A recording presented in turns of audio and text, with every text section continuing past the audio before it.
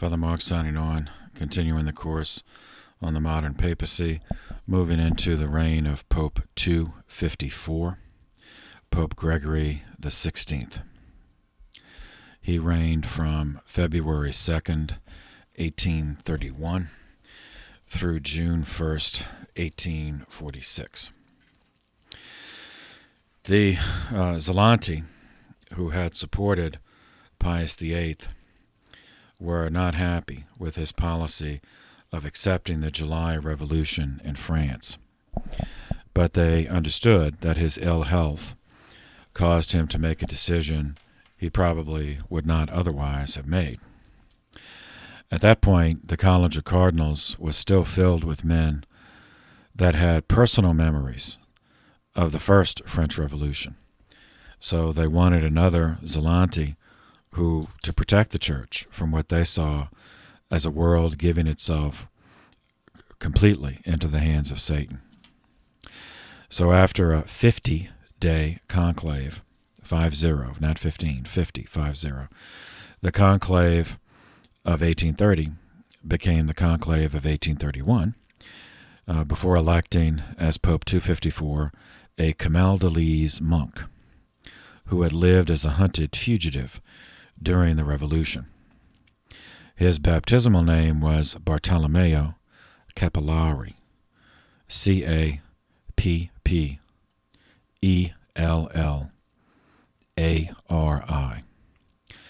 In religion, as a monk, he had been given the name Mauro, Mauro. As Pope, he reigned for 15 years under the title Gregory XVI.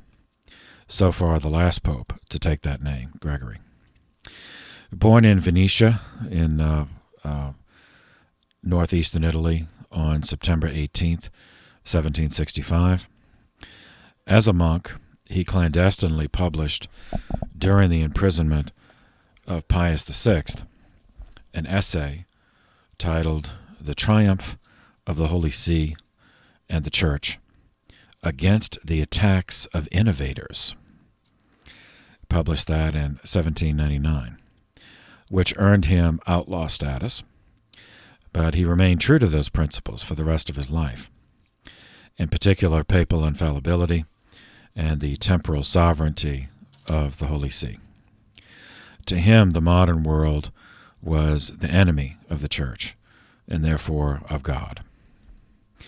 He asserted that Christendom began devouring itself when the medieval synthesis of faith and reason, church and state, was eroded by a combination of, first, nominalism. Remember that back from the medieval course, derived from the Latin word nomina, which means name. So it asserts that it's an erroneous metaphysics, that we cannot know that which is beyond the physical. So we just assign names to them for the sake of convenience, like goodness, truth, beauty, right, wrong. We just assign names to them because, to call them something. But we have no way of knowing which one is objectively true. Second, Renaissance humanism, or as we'd say today, secular humanism, which exalted man as the measure of all things, quoting out of context from Plato's Protagoras, which means pride, essentially the modern pride, and the Protestant movement, which legitimized a subjective alternative to the magisterium. These developments, Brother Mauro Capillari, future Pope Gregory XVI, asserted, these developments warped the Western perception of the natural and the supernatural orders, such that the proper attitude of obedience to divine authority of the Church was replaced by rationalism, which we've already covered, which banished faith as superstition, deism, which reduced the divinity to the first cause, or the cosmic clockmaker or watchmaker, and indifferentism, which held that all church doctrines were all of human invention. All churches, all religions were all just mythology invented by human beings. So it did not matter which church one belonged to, or even if one belonged to a church or did not belong to a church. The result of all of this, in Capellary's estimation, was the homicidal atheism of the French Revolution and the de-Christianization of France, which was, for so much of its history was called the eldest daughter of the Church, as well as the wrongful imprisonment of two popes, Pius VI and VII, and the de facto murder, or at least death in captivity of Pius VI. He pointed out that there is no passage in the New Testament in which Jesus promised supernatural authority to any earthly kingdom, empire, dynasty, or ideology.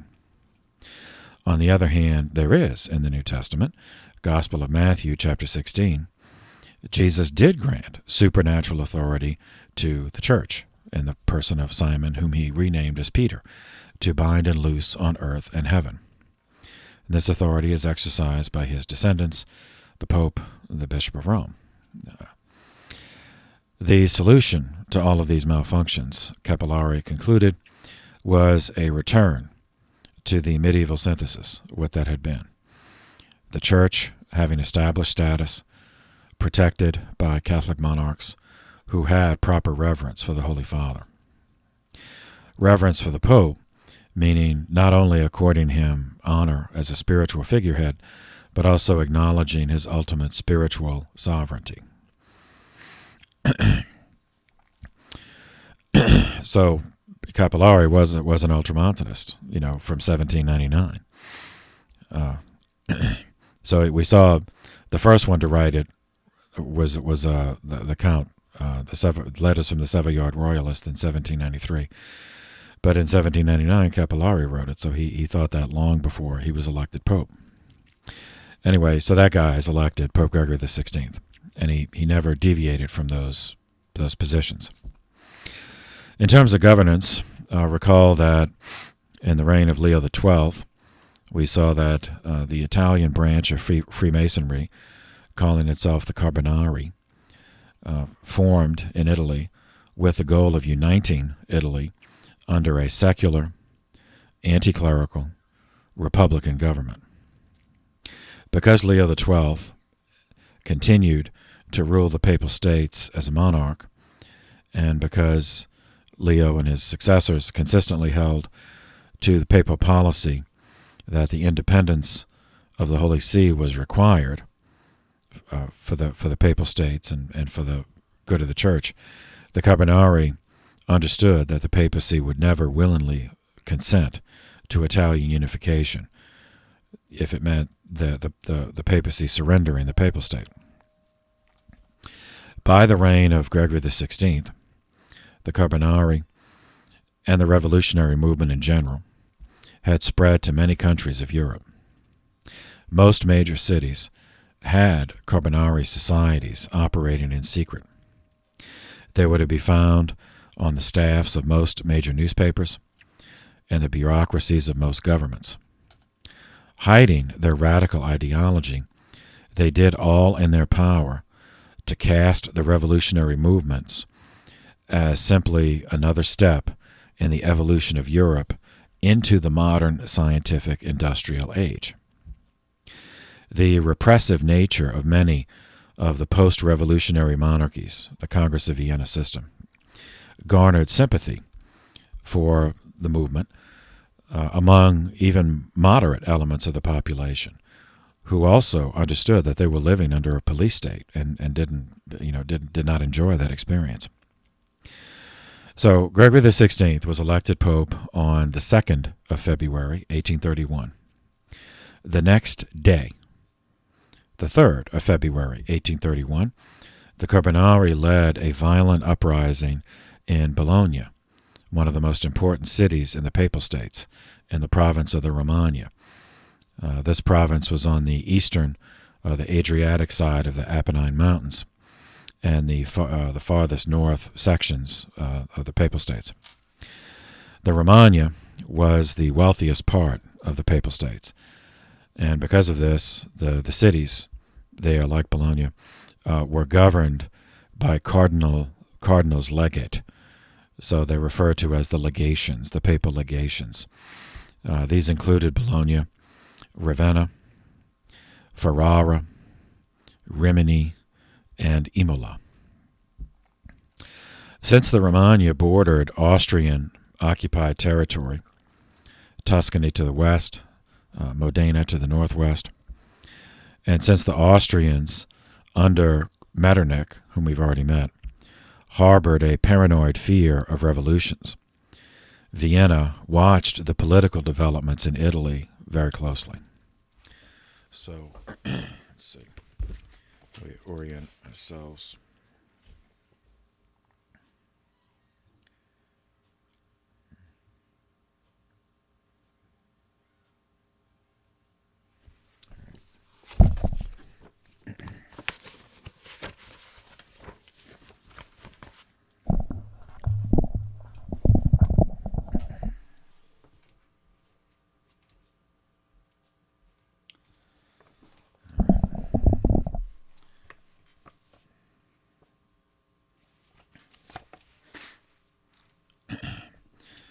Okay, so to orient ourselves, the axis of the Papal States. So here we have Italy, and here is Rome,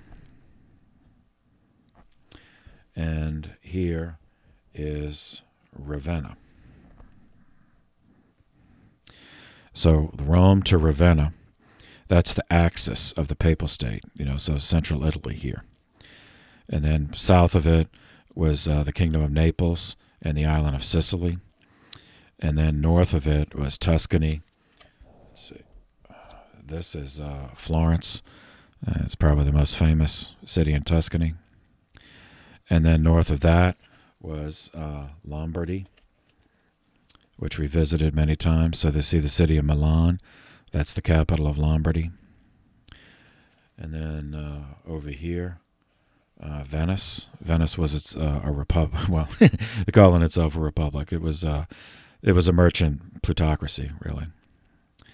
And then its commercial, its rival over here, Genoa.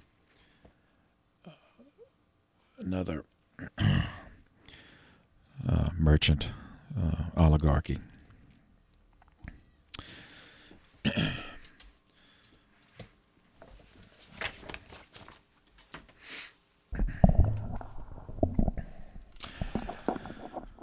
Okay. So since France, the revolution, the invasion, capture, and all that, had disrupted Austrian hegemony. Well, by way of background, recall that France and Austria had fought each other for centuries, the dynastic wars, and some of those were fought over control of Italy. And so the French Revolution, the French invasion of Italy, stealing the Austrian territory from Austria, just as the Austrians had stolen it from the Italians, was just part of that, part of that whole cycle. So France also kept its eye on Italy. Gregory XVI. So they both were, France and Austria were both aware of the uprising in Bologna the day after Gregory XVI was elected Pope. Now, Gregory, as a monarch, the Papal State had its own army. He dispatched his own troops to put down the revolt, but they were either ineptly led or they were sympathetic with the uprising because they were completely ineffective.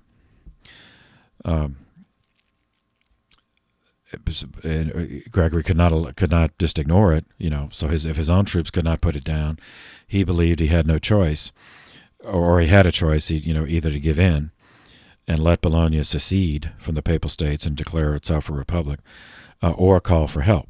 And given his background, the second option is the only one that was viable for him. So he requested help from Austrian troops just across the border. So they were all in Italy, already in Tuscany. Just across the border with the Papal State. So they replied immediately and ruthlessly suppressed the revolt. This was followed by an Austrian military occupation of the Romagna. Now, because France did not want Austria to make additional territorial gains in Italy, France sent troops to the Adriatic coast of the Papal State and occupied the March of Ancona. So that's the eastern border, the Adriatic border of the Papal State. This act of the Pope inviting foreign occupation, which included the death of Italians. So that here you have Gregory, who himself is an Italian, calling up the hated Austrians to put down an Italian uprising that resulted in Italians being killed. That was never forgotten by the Italians, especially the nationalists. It infuriated not only the radicals, but also the moderates, who even if they did not, they were afraid of another revolution, or they were afraid of revolts. That didn't mean they wanted Austrians to come in and kill fellow Italians. So after this, they even moderates began to see the justice, or some justice, behind the Carbonari claims that the Holy See, that the papacy, certainly the papal monarchy over the Papal States, was just a medieval anachronism, which was retarding the natural political evolution of Italy. Now, Gregory, for his part, was not happy with the situation either, but he remembered his youth on the run from the French revolutionary armies, as well as the murder of Pius VI, the incarceration of Pius VII. So he felt that summoning foreign help, though humiliating, was preferable to losing the Papal States to Satan, which is the only way he could ever regard any revolutionary movement as something of Satan. This uprising on day 2 of his pontificate, and the 8 years of foreign occupation which followed, must be kept in mind when judging the rest of Gregory's long pontificate. In particular, it must be understood as the essential background for the movement of the Sanfedisti, the Holy Faith. That's SANFEDISTI,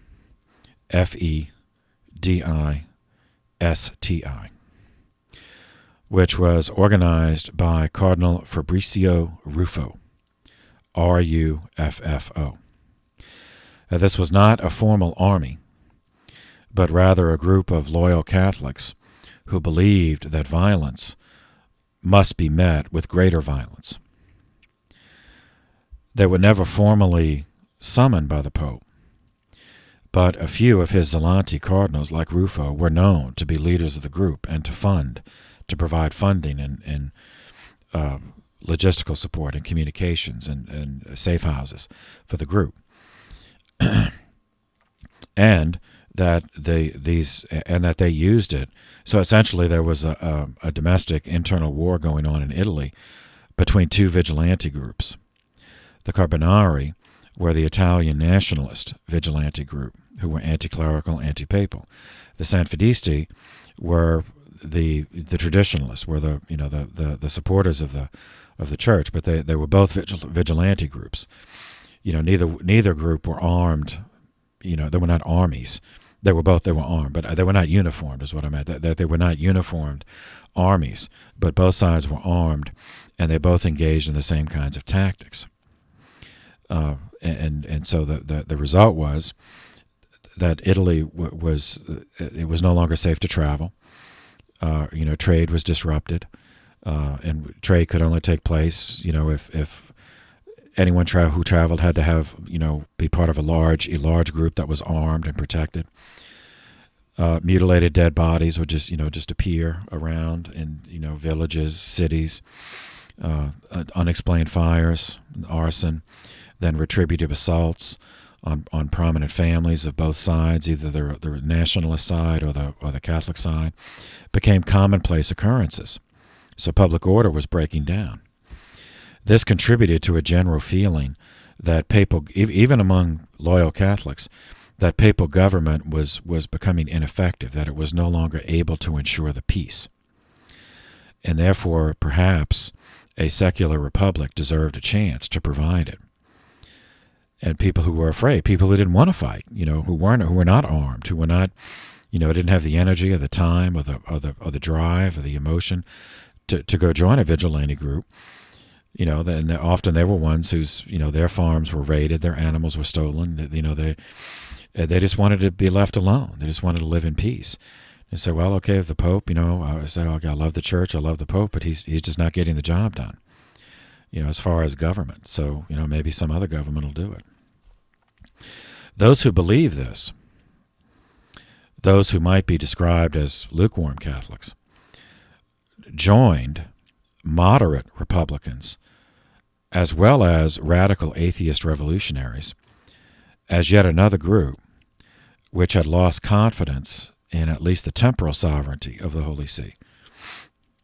Even if they did continue to be loyal to the faith and not question the Pope as a spiritual leader, they had lost confidence in his ability, to run a government.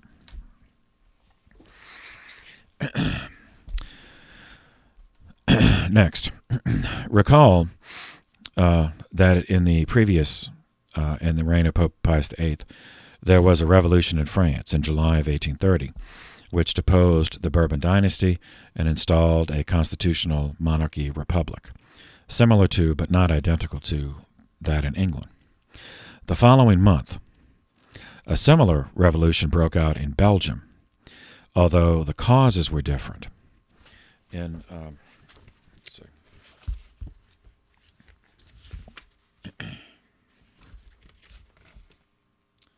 Well, it's not the best map, but all right.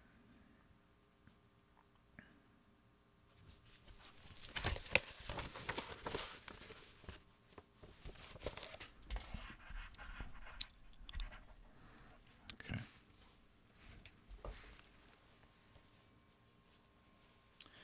All right. So you see Brussels there. That's Belgium. And you see its proximity to France. All right. And the whole area, Belgium as well as Holland, as we saw earlier, conventionally, the whole area is referred to as the Netherlands.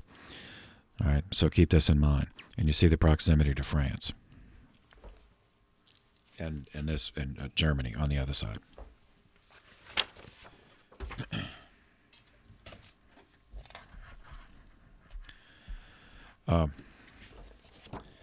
So the following month, in 1830, August of 1830, a revolution broke out in Belgium. Was different. This was a nationalist uprising. Is that part of the Restoration movement after the Conquest of Vienna was to restore the Netherlands, in that Holland and Belgium were put back together and given one government, and that government was Dutch. It was Protestant Dutch, Calvinist Dutch, whereas the Belgians, the population of Belgium, was overwhelmingly Catholic and not Dutch, not ethnically, not linguistically, not culturally. They were their ethnic group. They were the Walloons, Wallons. And so they regard. So this uprising in 1830 in Belgium was actually a war of emancipation, a liberation movement, that Belgium wanted to secede from the Netherlands and have its own country. Belgium for the Belgians, and which would be Catholic. So it began on August 25th, 1830. It lasted for 9 years before the Dutch finally gave in and recognized Belgian independence. However, it was in the second year of the revolt, 1831, that the Belgians named their first king, the first Catholic king, Leopold I, who was German, of the House of Saxe-Coburg-Saalfeld. Now, he converted to Catholicism in order to become king. He reigned from 1831 to 1865. And his house is related to the current English royal family, which was Saxe-Coburg-Gotha. And they changed their name because it was German. They changed it during the First World War to Windsor, to the House of Windsor, but it was actually the Saxe-Coburg-Gotha. This guy, Leopold I, was Saxe-Coburg-Saalfeld. So why am I mentioning this? Because this episode provided the occasion for the birth of the term liberal Catholicism. Now, like clericalism, that's a term that it's been used in a number of ways, but originally did have a very specific meaning. So we'll talk. When we get to the theology section, I'll go into more detail. Also mentioning it here because Gregory condemned the Belgian Revolt, which shocked the Belgians. They felt betrayed because they were Catholic. Here's the Pope. They were Catholic revolting for independence from Dutch Protestants. And here the Catholic Pope is condemning them.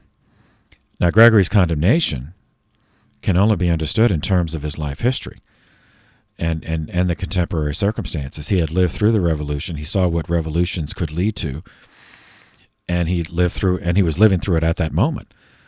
As part of the Papal State was occupied by Austrian troops because of an uprising in Bologna that he was not able to put down himself. So he could never conceive of anything good coming from the act of revolt or revolution. But of course, the Belgians didn't see it that way. The Catholics didn't see it that way. Likewise, another revolution began in Poland in 1830, the same year, just as it had in France and Belgium. In the case of Poland, it began on November 29th, 1830, in Warsaw. And it was connected with the Belgian situation. It doesn't seem like it should be, but it was. It was triggered by young Polish soldiers upon hearing news that the Tsar of Russia was going to send them to suppress the Belgian uprising. So remember the concerted action of Europe that was agreed to at the Congress of Vienna. Whenever a revolt appeared, they would all join together to crush it. So Belgium, okay, we have a revolt, so we're all joining to crush it. Well, Poland also had been stolen. It was occupied territory, stolen by the Russians. But the Poles were Catholic, and they didn't want to fight. Well, first, they didn't want the Russians in control of the country, but, for the moment, they were stuck with it. And they certainly didn't want to go fight on behalf of a non-Catholic Russian Orthodox Tsar, but certainly not to go kill fellow Catholics, just so they could be subordinated again to Calvinist Dutch. Russia invaded Poland with 180,000 troops, who treated the Polish population with the utmost savagery and barbarism, even though most of them were not involved in this. It didn't really understand this. The revolt started in the army when the soldiers didn't want to go fight Catholic Belgians. At Warsaw, for example, 7,000 Poles were murdered in February of 1831. Another 8,000 were killed at Ostrelka. In the end, 50,000 Poles were slaughtered, mostly civilians, before they gave up. They surrendered on October 5th, 1831. Catholics in particular suffered terribly. Ruthenian Uniates were forcibly reincorporated into the Russian Orthodox Church, and those who refused, well, they got to die. Catholic Church property was stolen, of course. That's standard procedure. Nationalized by the Russian occupation forces. Priests were seen as leaders of the resistance, even if they had nothing to do with it. But evidence is not needed when a priest are accused of anything. So, of course, the priests are behind all of this. So they were arrested and either killed or deported to Siberia. Or some, managed to go into hiding. There's one particular atrocity symbolized the entire tragedy. Polish nuns in the city of Minsk were captured by the Russian army and since I want this to remain a family-friendly channel, I'll just, I'll stop there. I'm sure no one needs me to explain what happened. But if you want to, look it up. Polish Revolt, nuns, Polish nuns, city of Minsk, 1830. Pope Gregory protested these atrocities vigorously to the new Tsar, Nicholas I. He was Tsar of Russia from 1825 to 1855. But he received in reply either lies, just denying the atrocities, or empty promises of correction. What the Tsar really did was close Polish schools, which of course were Catholic schools. He made Russian the official language of the parts of Poland that Russia occupied, executed 2,000 Polish noblemen, regardless of whether or not they were involved in this, and reduced Catholicism to the level of a persecuted religion in a land which had been Catholic since the 10th century. With all this in mind, all of Europe was stunned, even the Russians were stunned, when Pope Gregory condemned the Polish revolt. He had such a horror of revolution. And of course he knew the first shots had been fired by the Poles, so he condemned it automatically, even before he learned the extent of the bestial treatment inflicted on the Poles. And he certainly did not approve of that, and he did condemn that.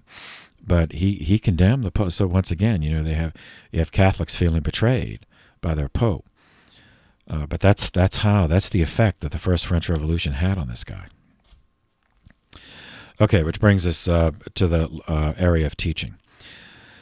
Liberal Catholicism, as originally understood. So the Belgian Revolt was the occasion for a major development in church teaching. The emergence of the movement of liberal Catholicism, as well as the Pope's reaction to it. Now, this description, liberal Catholicism, like all terminology today, is used very loosely and often imprecisely.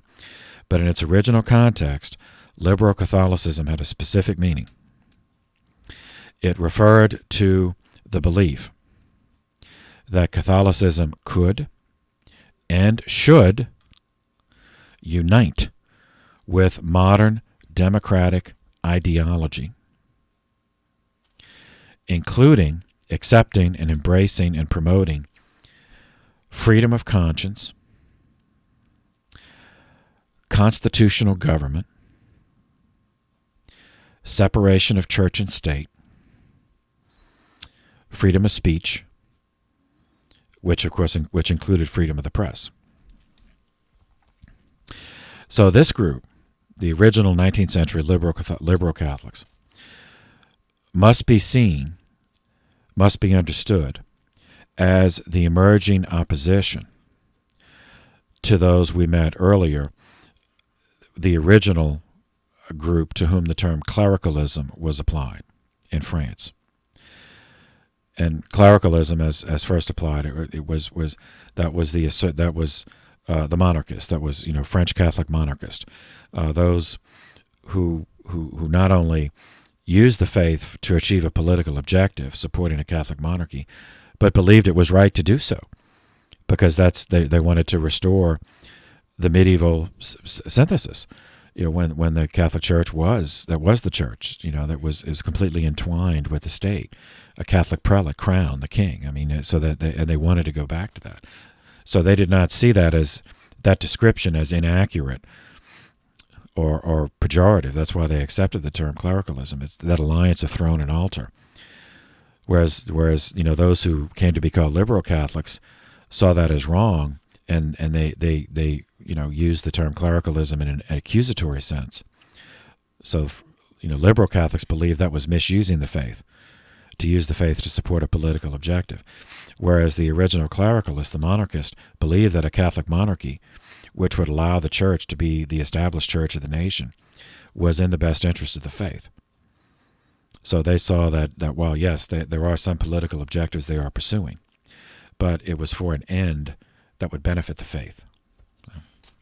Whereas the liberal Catholics, while they believe the reverse in terms of specifics, strategically, they were following the same paradigm, that they would support certain political objectives like freedom of speech, separation of church and state, freedom of conscience, freedom of religion, but to achieve what they believed was a good for the church, a positive good for the church, specifically being completely openly integrated in a pluralistic society.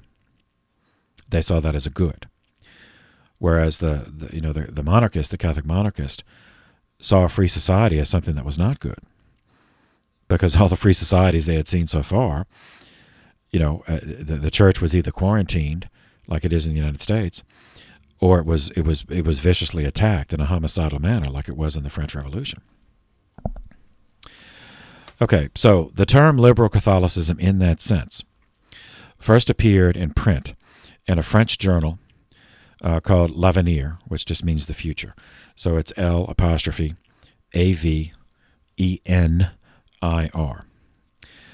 on the 3rd of January, 1831, in a report on the Belgian Revolt. The founder and editor of that newspaper, L'Avenir, is considered the father of liberal Catholicism. Ironically, he was born into the French nobility, and he became a Catholic priest. His name was Félicité de Lamennais. So the first name, Félicité, Felicite.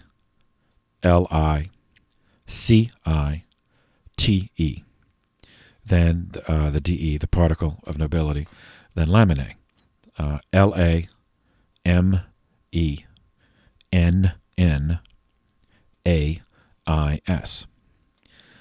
Lived from 1782 to 1854.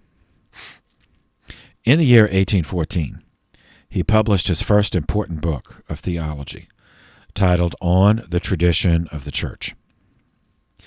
In it, he pioneered a novel approach in the history of theology.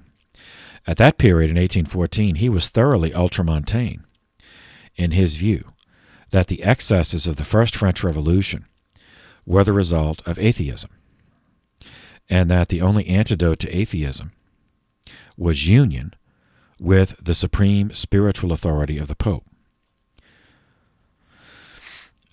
For this assertion, de Lamennais earned the hatred of French Gallicans in the hierarchy and the press, as the Gallicans believed in the national church that the Pope was just a spiritual figurehead, but that he should not have any jurisdictional rights within any church outside of his own Diocese of Rome.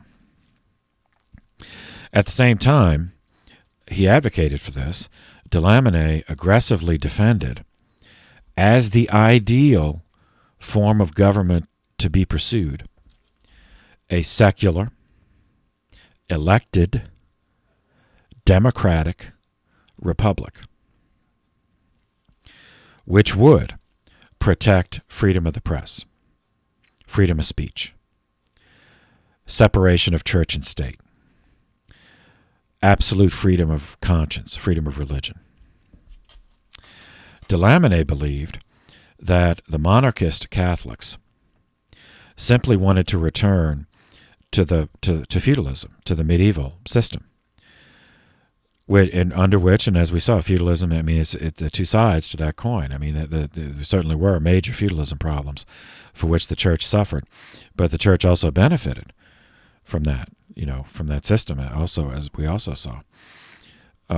So the Catholic monarchists would say, yes, we do want to return to that, because they believed that the benefits outweighed the liabilities, whereas de Lamennais saw that as bondage, as the church being in bondage to the monarchy, whereas he reasoned that to be financially poor, to no longer have the support of a Catholic monarchy, would mean the church would be financially less secure than it was when it was fully established as the state church. But conversely, the advantage for him is that the church would be totally independent. And that he saw that as better for the church, whereas the monarchists saw the reverse. And again, this is just one of those things. There really is no middle position, with this. So Delamine founded a newspaper, L'Avenir, on October 16th, 1830, with the motto, God and Liberty. He used it to forcefully present his ideas, and part of which was defending. This was 3 months after the Belgian Revolt started, so he defended Belgian Catholics who allied themselves with secular political liberals for the purpose of national emancipation and independence of Belgium. Hence, he coined the term liberal Catholicism, libera meaning free. So, Catholicism that was free of any government, entanglements. So it would not be under the control of the Calvinist Dutch. Belgium would be independent, and even though the population at the time was majority Catholic, that it would not have established status. So the clergy would not be on the government payroll, would be totally dependent on donations from the faithful, but in exchange they would be free. So they would not be civil servants in the employ of the king, and which would compromise their independence. And for this, Delamine was reviled by both Gallicans and Ultramontanes. He was joined in his crusade by other liberal Catholics. One was Charles Renee de Montelembere. That's Montelembert.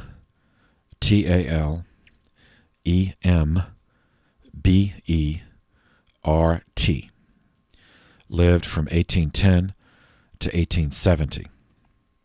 Was also an aristocrat, French aristocrat, but had intellectual affinity with the Ultramontane Catholics and Democrat ideology. This drew him initially into the circle of Delamine, and it induced him to write for L'Avenir. I mean, he didn't need to make a living. He wasn't doing it to be a professional journalist, but he actually believed. In this early period, like Delamine and Montelembere, they did not see an essential contradiction between Ultramontanism and liberalism.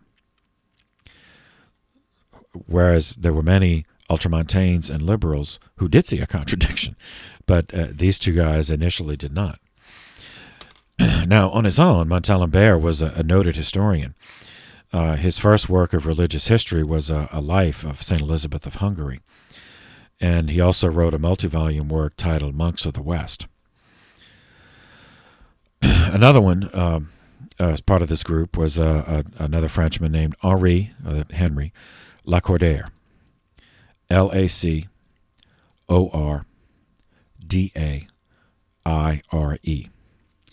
He lived from 1802 to 1861. He was from the professional class, born into a professional class family, not independently. I mean, middle class financially, but not independently wealthy. So he's one who would have to work for a living. He was very talented. He sought the profession of law. He was working in Paris, city of Paris, making a living. He was filled with isolation. It's a feeling of isolation, even though it was one of the most populous, highly densely populated cities in Europe at the time. Yet he felt alone. And Paris was also becoming increasingly a secular city, even though there gorgeous churches all over. Even then, many of them were no longer functioning as churches; they had just become museums or something else. He came to believe that his life had no meaning or purpose. That the practice of the law for him was just to put food on the table. That it was. He was thinking, this cannot be what the divinity, the creator of the universe, intended human life to be. You get up, just work all day, pushing paper around. At the end of the day, go home, eat, pass out, asleep, then get up the next day and do it again, and the next day and do it again, and then you die. I mean, he just couldn't believe that is what the divinity intended for human beings. An encounter with Delamine showed him that something else was possible. So initially, he received his initial exposure to both Ultramontanism and liberal Catholicism was in the synthesis form that Delamine and Montelembere both believed. Like, they saw Ultramontanism, fidelity to the Pope, and promoting liberal democratic ideology. They saw that as one. Just as there were those who, in the first French Revolution, believed that forfeiting some of the power of the absolute monarchy in order to create a constitutional monarchy with an elected parliament, like the English had. They saw that it might seem counterintuitive, but they believed that was actually better for monarchy, that it would ensure longevity of monarchy, because then all the problems of government are on the hands of elected officials who would be praised or blamed or whatever, but they were the ones that would be accountable to the electorate, not the monarch, where the monarch could stay above it all and therefore survive and continue. So Delamine, unlike Montelembere, who remained a layman, Lacordaire, decided to become a priest. So he went to seminary. He was living in Paris, so he studied for a seminarian for the Archdiocese of Paris, was ordained a priest for that archdiocese in 1827. He quickly earned a reputation as a powerful speaker and writer. He joined Delamine and Montelembere in writing for L'Avenir and completely agreed with their blend of conservative Ultramontanism with political liberalism. This trio was causing entirely too much trouble for the Gallican monarchist among the clergy, among the bishops.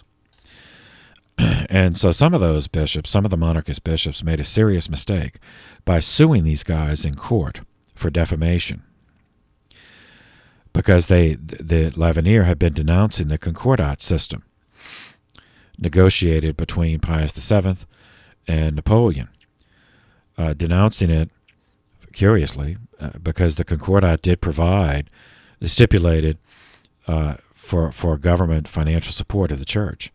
But these guys were condemning that because they understood that government support in any country, any century, comes with a collar and leash. But they went to court. So this was a suit. They went to court, and these guys are all very literate, very articulate. They defended themselves magnificently. The media, of course, covered this with glee. So here you have two of the three were priests. And here you have bishops suing their priests, over this. So the media, love that. All the newspapers covered it. Yet they still were very sincere in their love for the church, and they want. And after of course, in the lawsuit there was a fight, so they just wanted to win, which they did. But afterward, they did have some pangs of conscience, wondering, well, are we doing the right thing? And they wanted to have moral certainty. So they agreed to voluntarily suspend publication of the paper, and they would all go to Rome. They planned to go to Rome together and ask the Pope, directly, are we doing the right thing? So they made it to Rome in December of 1831. All right, just as suing them had been a mistake on the part of the French bishops who did it, so going to Rome at that time for that reason was a mistake on their part.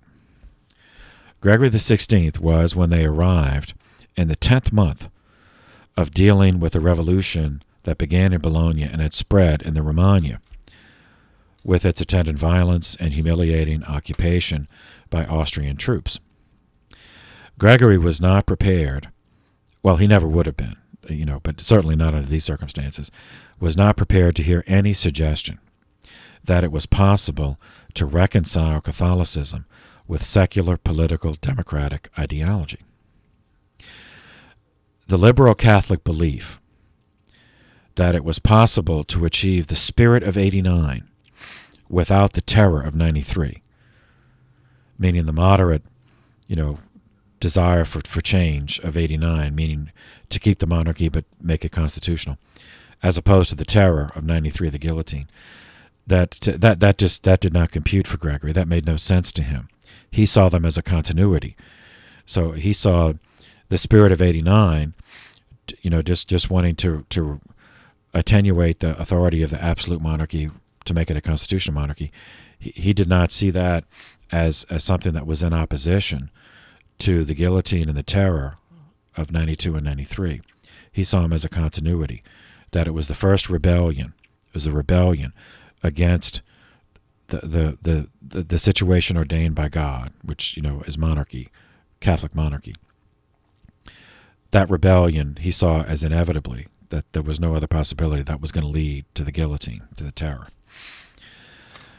And when these guys pointed out in their defense the example of the United States, that all these things they were advocating for, freedom of press, freedom of the speech, freedom of religion, separation of church and state, they pointed, he said, it's been going on in the United States. And the church there was flourishing. Well, by this period, 1830, it was still small. It's really after 1845, for reasons that we'll cover, that the church really started to explode because of the immigration. Explode. I don't mean. I mean that the growth, explode in the terms of demographic expansion. But to Gregory's mind, you remember how they, these Zelanti, how they viewed the United States. They saw it as a militant, anti-Catholic, Protestant oligarchy, costumed, with a few slogans from the Roman Republic. They saw that as no different than Napoleon. When he first took over, he called himself consul. He was using one of those ancient Roman titles.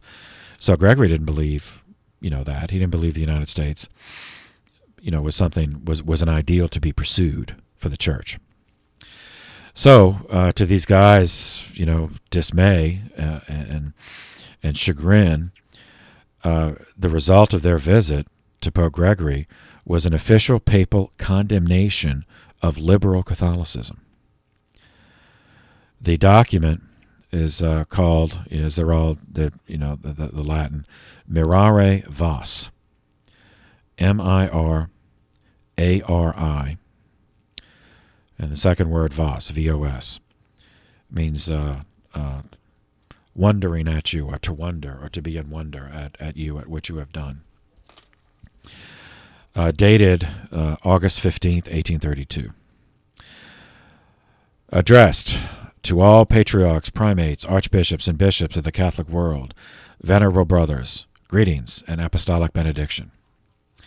We think that you wonder why, from the time of our assuming the pontificate, we have not yet sent a letter to you as is customary, and as our benevolence for you demanded. We wanted very much to address you by that voice by which we have been commanded, in the person of Blessed Peter, to strengthen the brethren. You know what storms of evil and toil at the beginning of our pontificate drove us suddenly into the depths of the sea. If the right hand of God had not given us strength, we would have drowned as the result of the terrible conspiracy of impious men. The mind recoils from renewing this by enumerating so many dangers. Instead, we bless the Father of consolation, who, having overthrown all enemies, snatched us from the present danger. When he had calmed this violent storm, he gave us relief from fear. At once we decided to advise you on healing the wounds of Israel, but the mountain of concerns we needed to address in order to restore public order delayed us. All right, so obviously he's referring to the revolution. So that was the intro in section 1. So skipping down to section 4.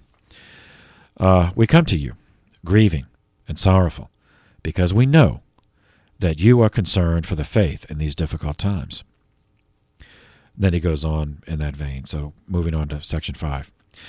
We speak of the things which you see with your own eyes, which we both bemoan. Depravity exults. Science is impudent. Liberty is dissolute. The holiness of the sacred is despised. The majesty of divine worship is not only disapproved by evil men, but defiled and held up to ridicule. Hence, sound doctrine is perverted, and errors of all kinds spread boldly. The laws of the sacred, the rites, institutions, and discipline, none are safe from the audacity of those speaking evil. Our Roman See is harassed violently, and the bonds of unity are daily loosened and severed. The divine authority of the Church is opposed, and her rights shorn off. She is subject to human reason, and with the greatest injustice, exposed to the hatred of the people, and reduced to vile servitude. The obedience due bishops is denied, and their rights are trampled underfoot. Furthermore, academies and schools resound with new, monstrous opinions, which openly attack the Catholic faith. This horrible and nefarious war is openly and publicly waged. Thus, by institutions and by the example of teachers, the minds of the young are corrupted, and a tremendous blow is dealt to religion, and the perversion of morals is spread. So the restraints of religion are thrown off, by which alone kingdoms can stand. We see the destruction of public order, the fall of principalities, the overturning of all legitimate power approaching. Indeed, this great mass of calamities has its inception in the heretical societies and sects in which all that is sacrilegious, infamous, and blasphemous has gathered, as bilge water in a ship's hold, a congealed mass of all filth. Skipping down, section 11. Now, however, we want you to rally to combat the abominable conspiracy against clerical celibacy. See, that did not just start with Vatican II. This conspiracy spreads daily and is promoted by profligate philosophers, some even from the clerical order.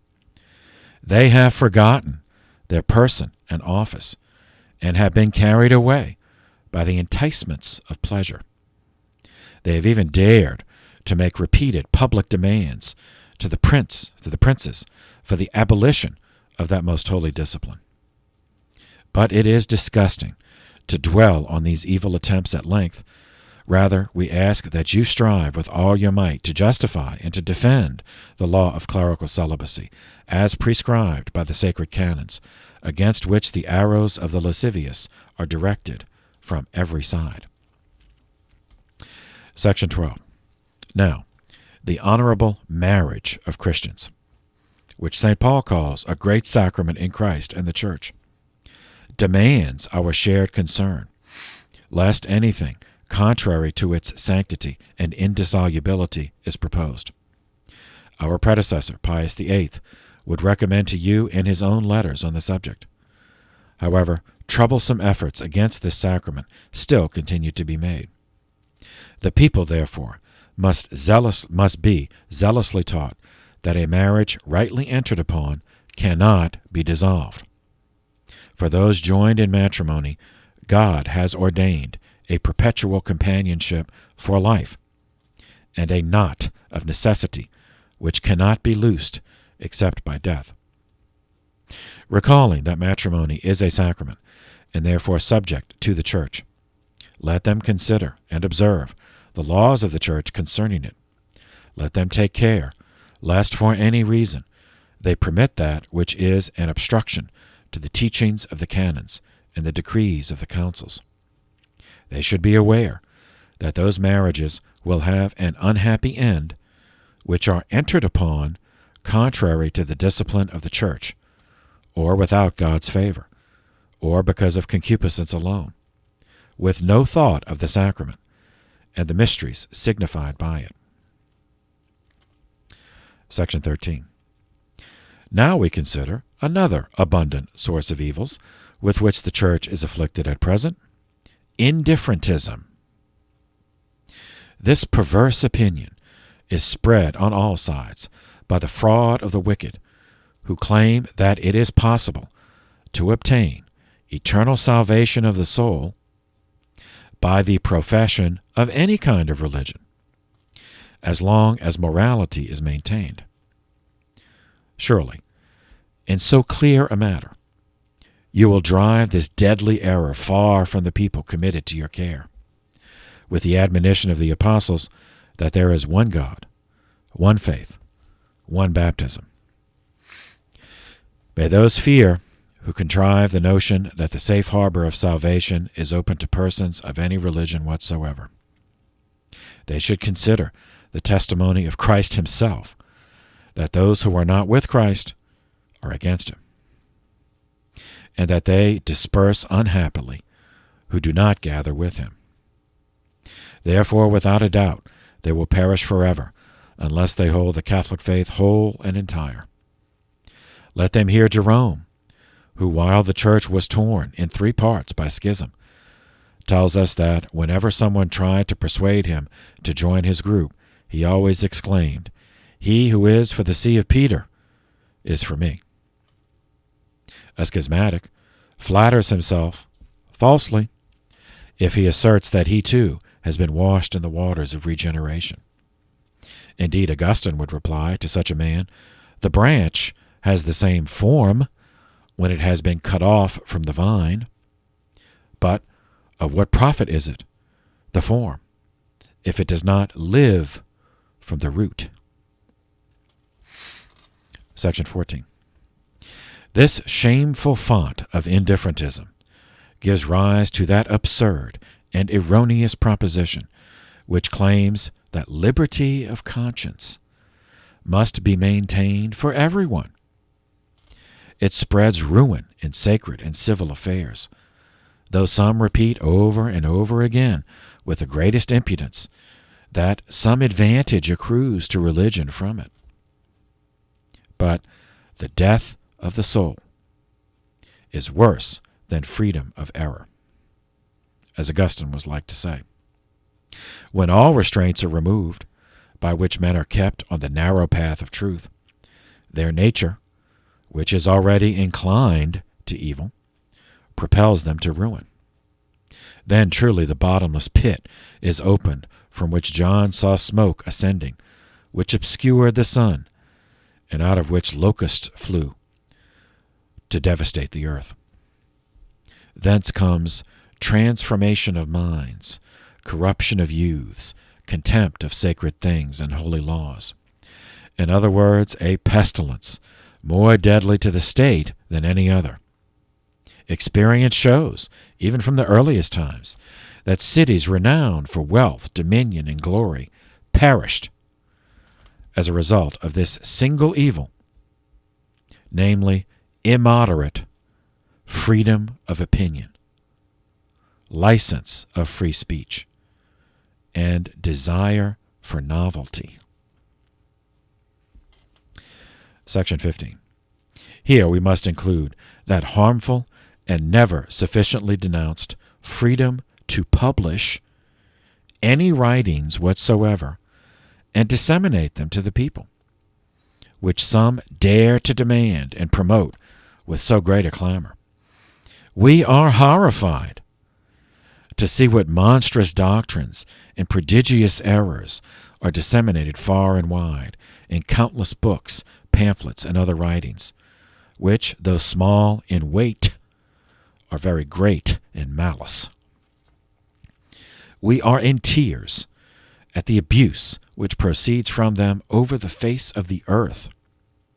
Some are so carried away that they contentiously assert that the flock of errors arising from them is sufficiently compensated by the publication of some book which defends religion and truth.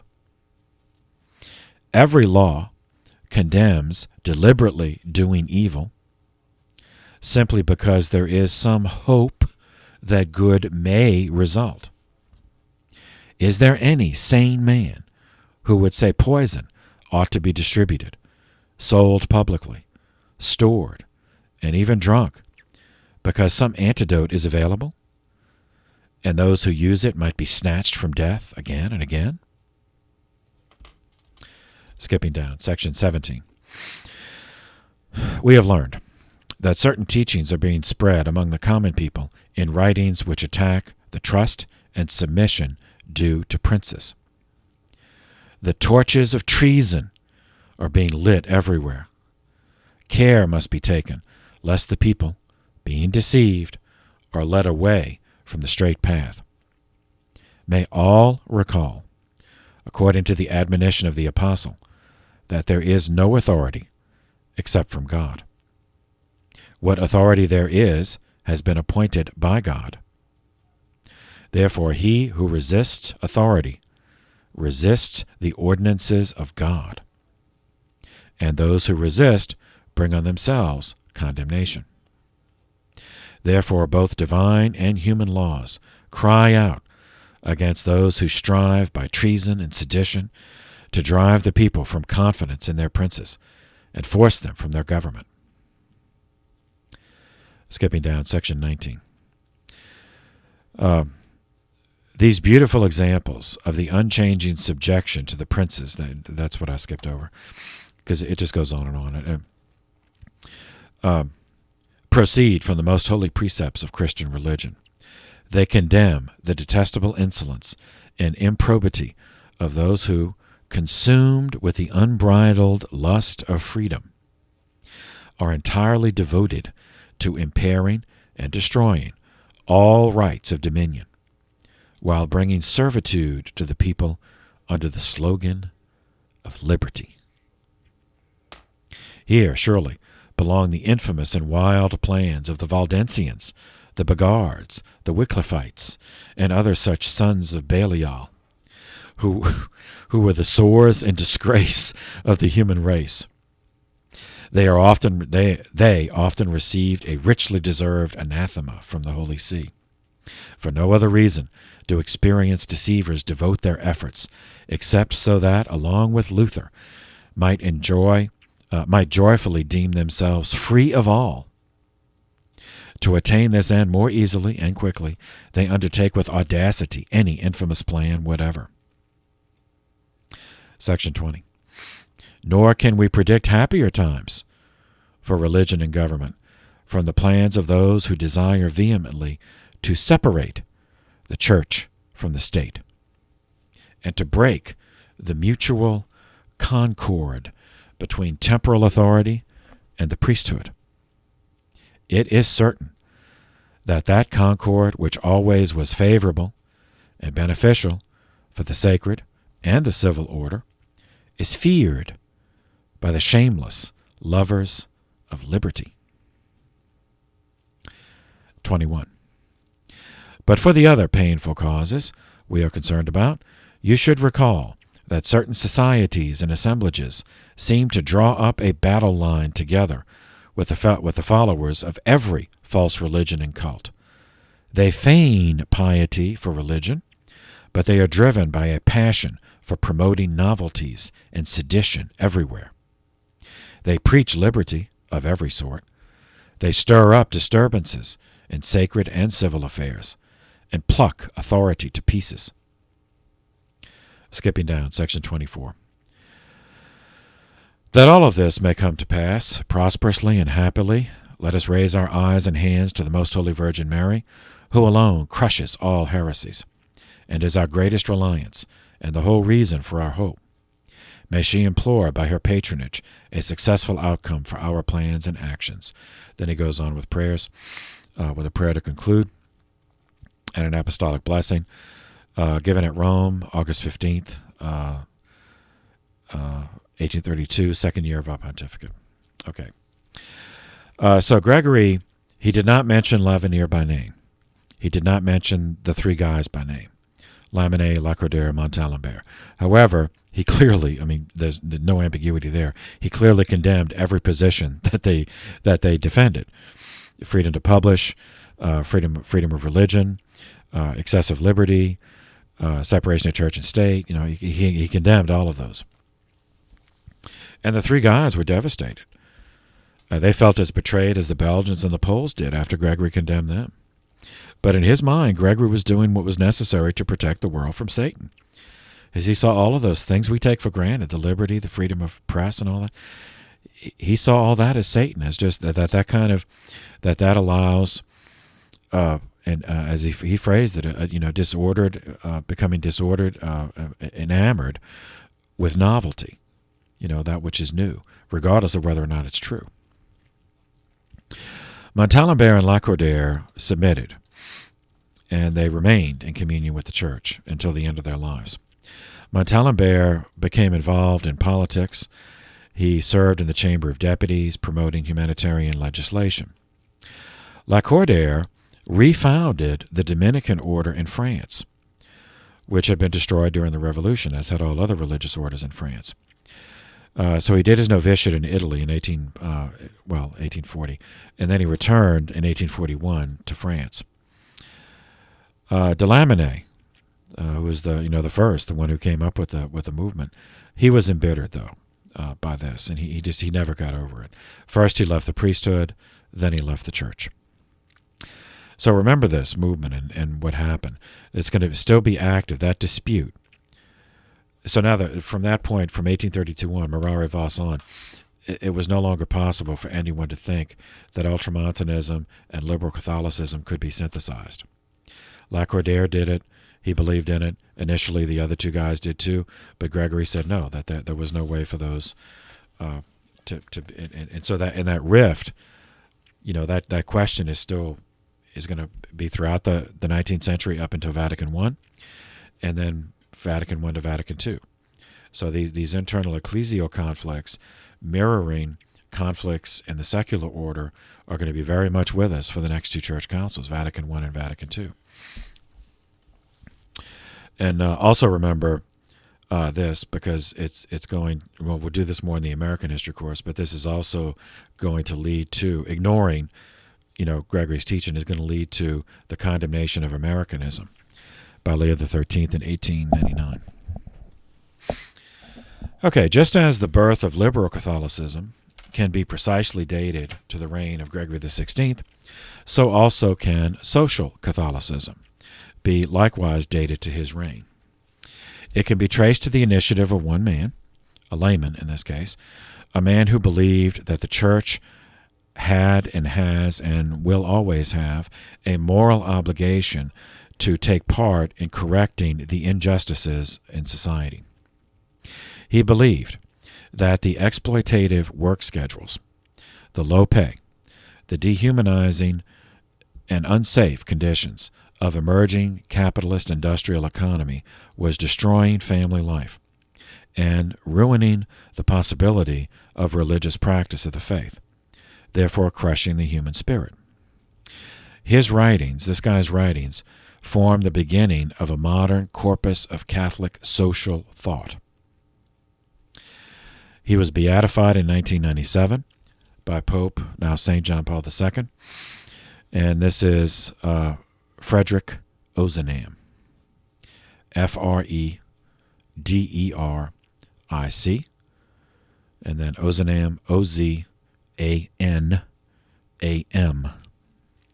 lived from 1813 to 1853. He was a devout French lay Catholic. He made his living as a professor of literature at the Sorbonne, and he was a Dante specialist. It's comparative literature, French and Italian literature. In 1831, Frederick Ozanam witnessed a revolt in the city of Lyon of weavers, the textile workers, revolting against the economic exploitation and unsafe conditions and long hours they had to work. And it was crushed. It was crushed. I mean, the people died. The police fired on them, and just crushed the uprising. And he never forgot. He never got over it, witnessing that. He was not one of the protesters. I mean, he just happened to be, he just happened to see it, but he never got over it. It was just one of those things. And he came to believe, it solidified in his mind, the belief that correcting the dehumanization of labor by capitalists, only by correcting the dehumanization could such violence be avoided. He believed that if those workers had not been dehumanized, had not been afraid that, they were working themselves to death, literally, that if they were not put in that situation, they would not have become so desperate that they would have had an uprising, and therefore, the authorities would not have been put in a position of either negotiating or shooting them. And in the Congress of Vienna system, the answer to that question is always shooting them. So in that same year, 1831, Ozanam wrote his first systematic work on liberal Catholicism in the form of a critique of socialism. Socialism had an answer for this. We've already seen, overthrow, basically more revolution, more violence, just overthrow the oppressors. But Ozanam, as a faithful Catholic, said, well, there's a commandment, thou shalt not kill, so, we can't do that. But he still said there has to be another way. There has to be a better way. So the work, his essay, his analysis was titled Reflections on the Doctrine of Saint-Simon, who was the French proto-socialist. We've already met him. So to summarize Ozanam's argument, first, government, whatever form, has a moral obligation to shape the economic order to prevent all extremes. The extremes of unregulated capitalism, the extremes of monarchical mercantilism, micromanaged economy, or the extreme of collectivist socialism. Second, government intervention in the economy, Ozanam believed, should only be like the model of the fireman model. Like it should only be on an emergency basis, on an as-needed basis.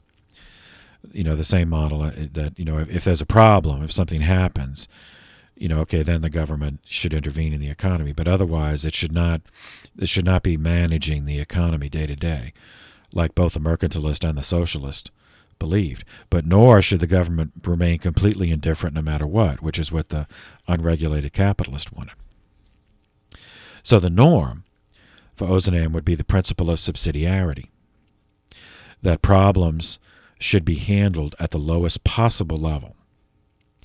For many problems, that's just at the level where they appear. Sometimes they can just be resolved immediately. Sometimes you have to go up to the next level of authority. Sometimes 2 levels above. Sometimes, but there are major crises that sometimes you have to go all the way to the top, and the government would have to be involved. But again, only in the firefighter model. Only if it's that bad. And then once the problem's solved, then the intervention stops. So the firemen, after putting out the fire, they don't move into the house. They go back to the fire station.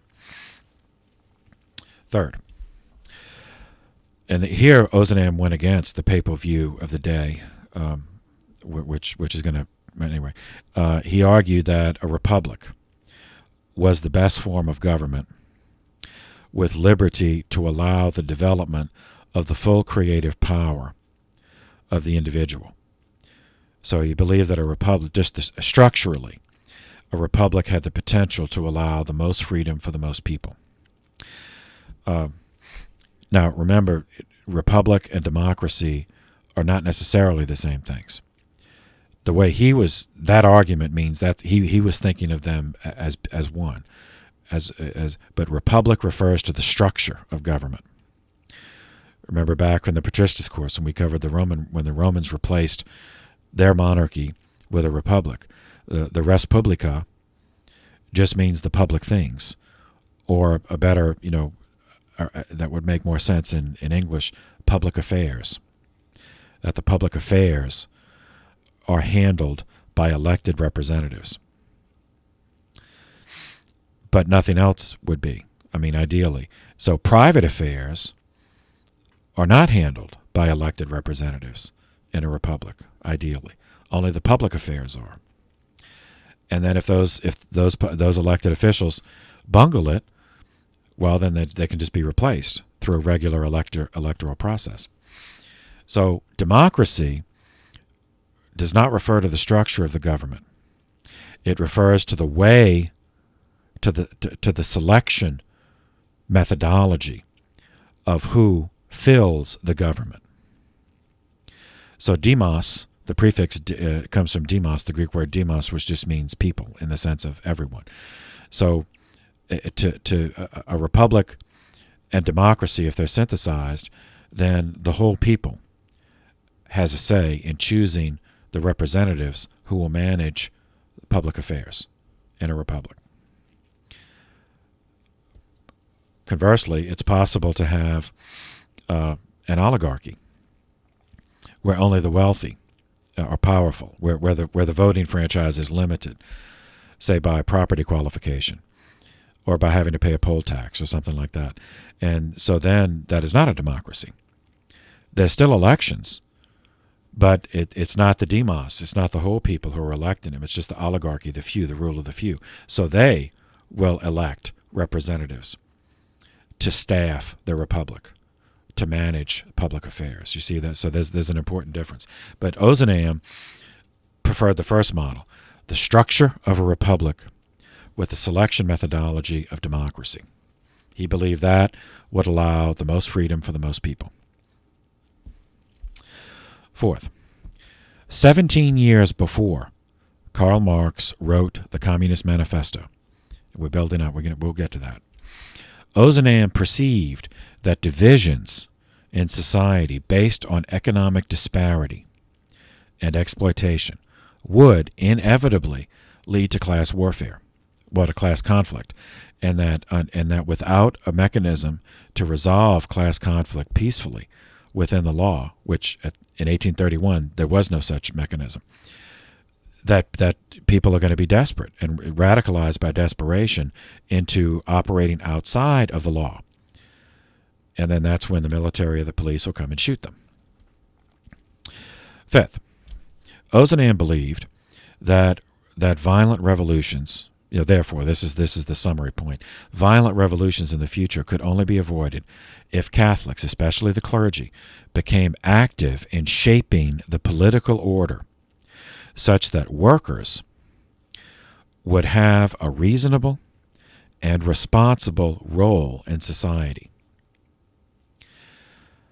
So that they're not just scum, they're not just dirt, they're not just slaves or serfs, just, work till you die, and then when you die, we'll just replace you with another scum, and then when he dies, we'll replace him with another.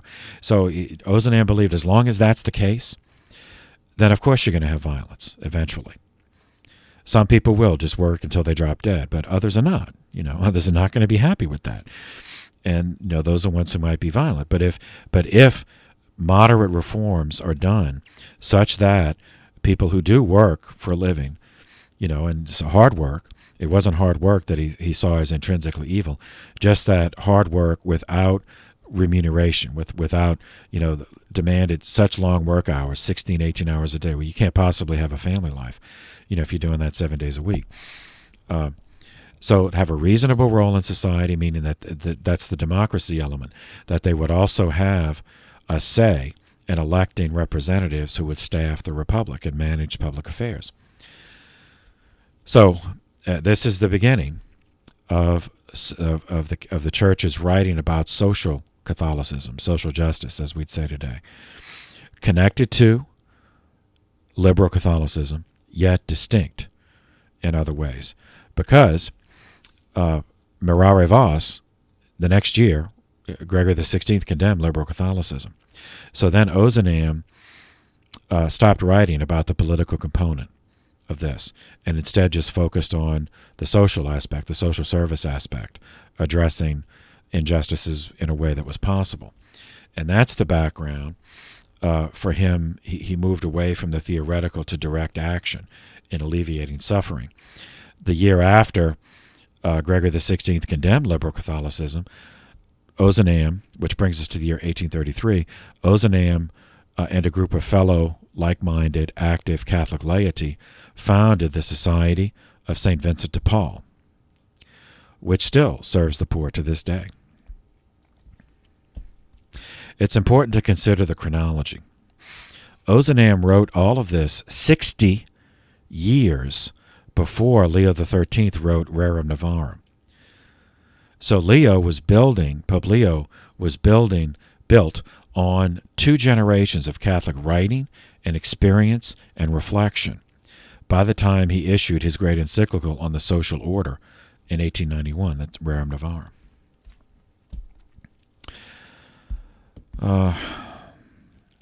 Okay, in the realm of sanctification, spirituality, there are also developments in Gregory's reign. Like Ultramontanism and liberal Catholicism and social Catholicism, another movement began that can be traced to Gregory's reign. This is the Catholic Liturgical Movement. It began in Europe as the result of the initiative of one man. His was a priest. His name was Prosper, Prosper, Guéranger, Gueranger,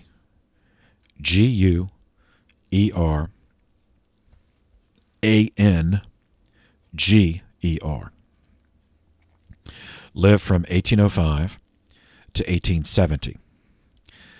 He was a priest. Okay. Here we go.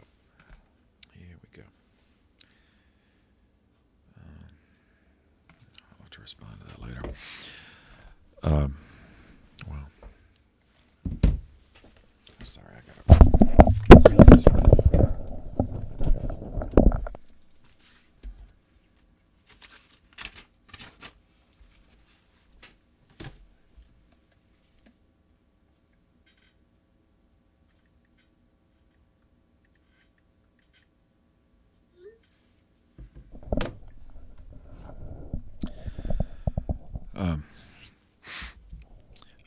A priest in the Diocese of Le Mans, that's Lemans, France.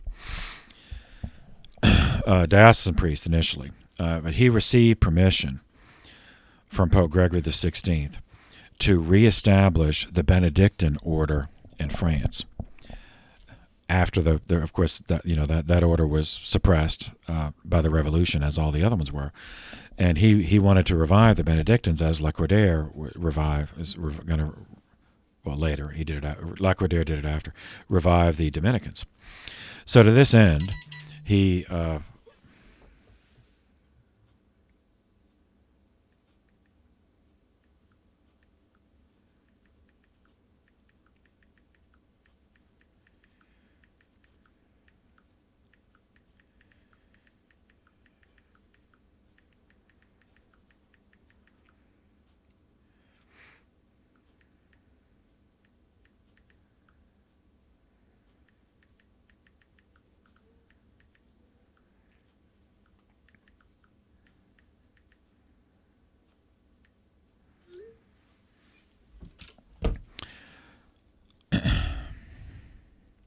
raised money to purchase the ruined abbey, vandalized ruined abbey and grounds of Solesmes, Solesmes, in 1833.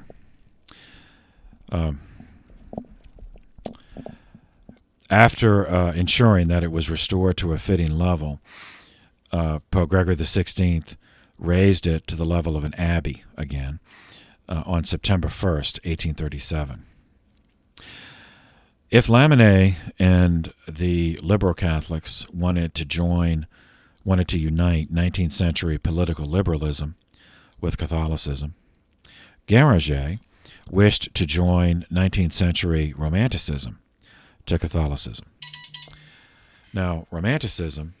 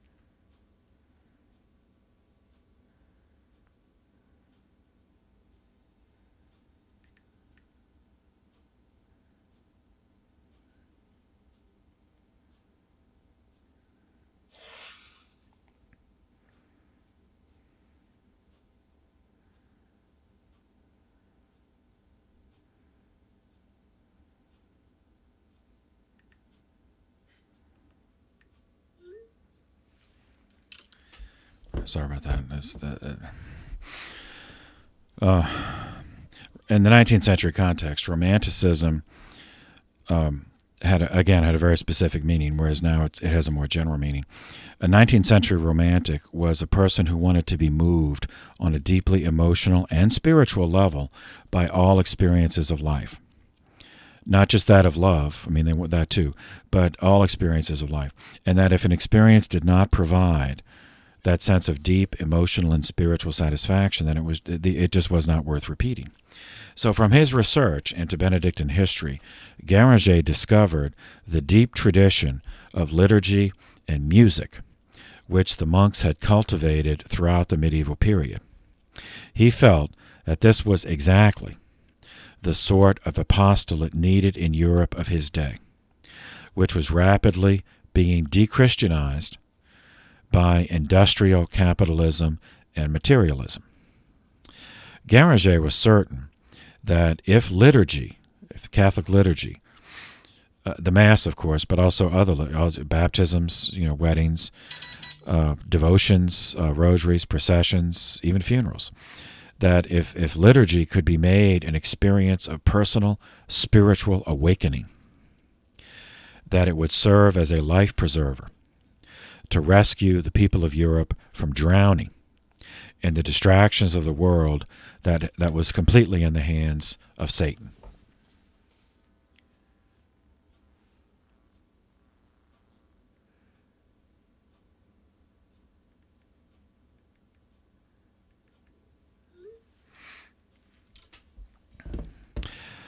Guéranger, further, for the rest of his life, he formed a concrete plan to achieve these results, which can be seen in the 15-volume work that he began writing in 1841, titled The Liturgical Year.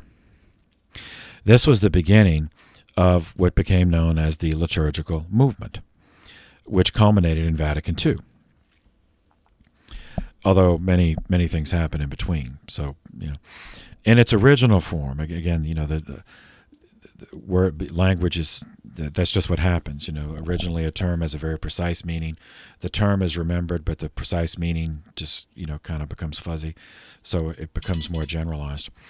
In its original meaning, the liturgical movement had three goals. First, promoting universal adherence to the Roman Rite, which in his context meant the Pius V Mass, the Mass of the Council of Trent. Now, he's a French priest, so now that the Gallican heresy had prevented the Council of Trent from being fully implemented in France. So for him that'd be a change. Second, promoting revival of Gregorian chant for liturgy, for the Mass and for other liturgies. And Salem, the Abbey of Salem, is still famous for that, for their chant. Third, standardizing and recovering the meaning of the liturgical calendar, which is very complex. I mean, if you really get into the history, it's a long history. And then you have overlapping calendars. We have the seasons, we have the seasonal calendars, but then we also have the saints. The saints. There's overlapping that, and then some important days, feasts and solemnities are tied to a date, whereas others are not, like Easter, and then is not. It moves based on the phases of the moon, and then their feast tied to that, so they move, like Ash Wednesday on one end, Pentecost on the other end.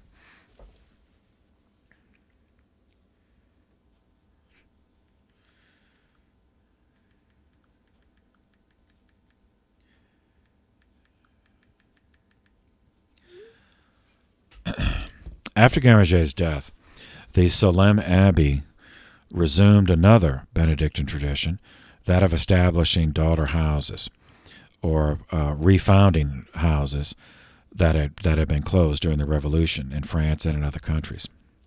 Each country of Europe had its own theological and intellectual milieu that subsisted within the international Catholic milieu that was going on.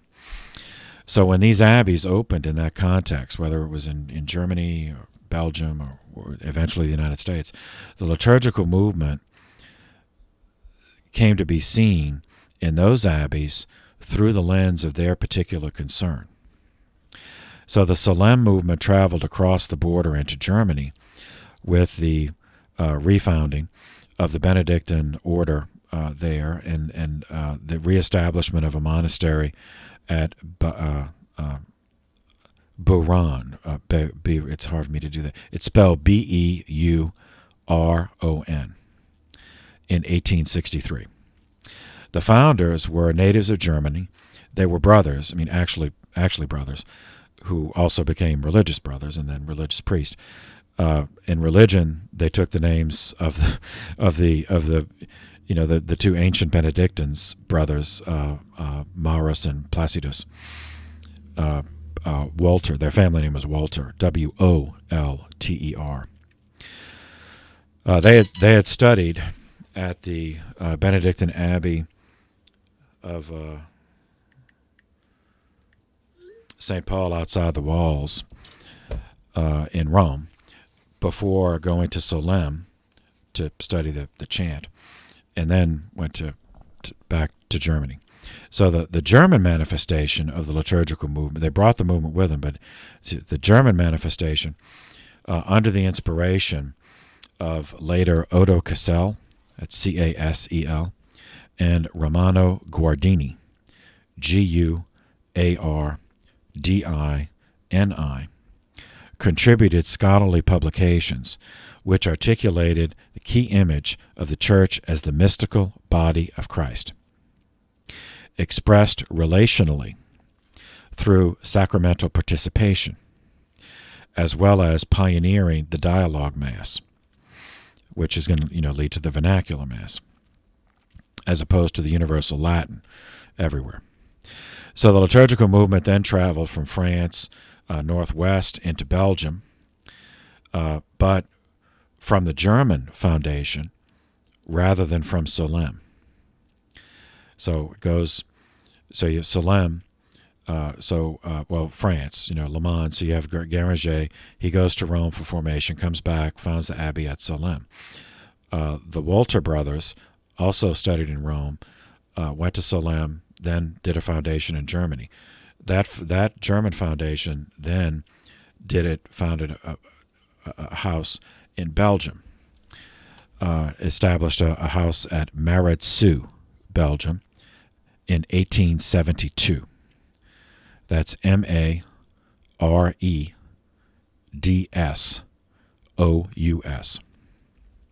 The Belgian manifestation of the liturgical movement contributed publication of missals, mass books, in the vernacular and in Latin on facing pages, on opposite pages.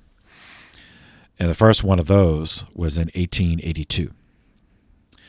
The German abbey, Beuron, then founded another daughter house. So they founded one in Belgium. They founded another daughter house, this one in Germany, at Maria Laach, Laach, in 1893. The dialogue Mass was first revived at Maria Laach. The first celebration was the Transfiguration on August 6, 1921. Maretsu, the Belgian house, established another house, a child, house, spiritual house, in Belgium at Mont César, Cesar, 1899, which contributed a pastoral orientation to the movement through sponsoring influential summer liturgical weeks, as well as workshops. That's where the workshop was invented, beginning in the summers of 1912. And it also contributed a social activist component to the liturgical movement when an activist priest from the Diocese of Liège, Belgium, entered in 1906, became a Benedictine at Mont César in 1906, and his name was Father Lambert, Lambert Baudouin, Beaudouin.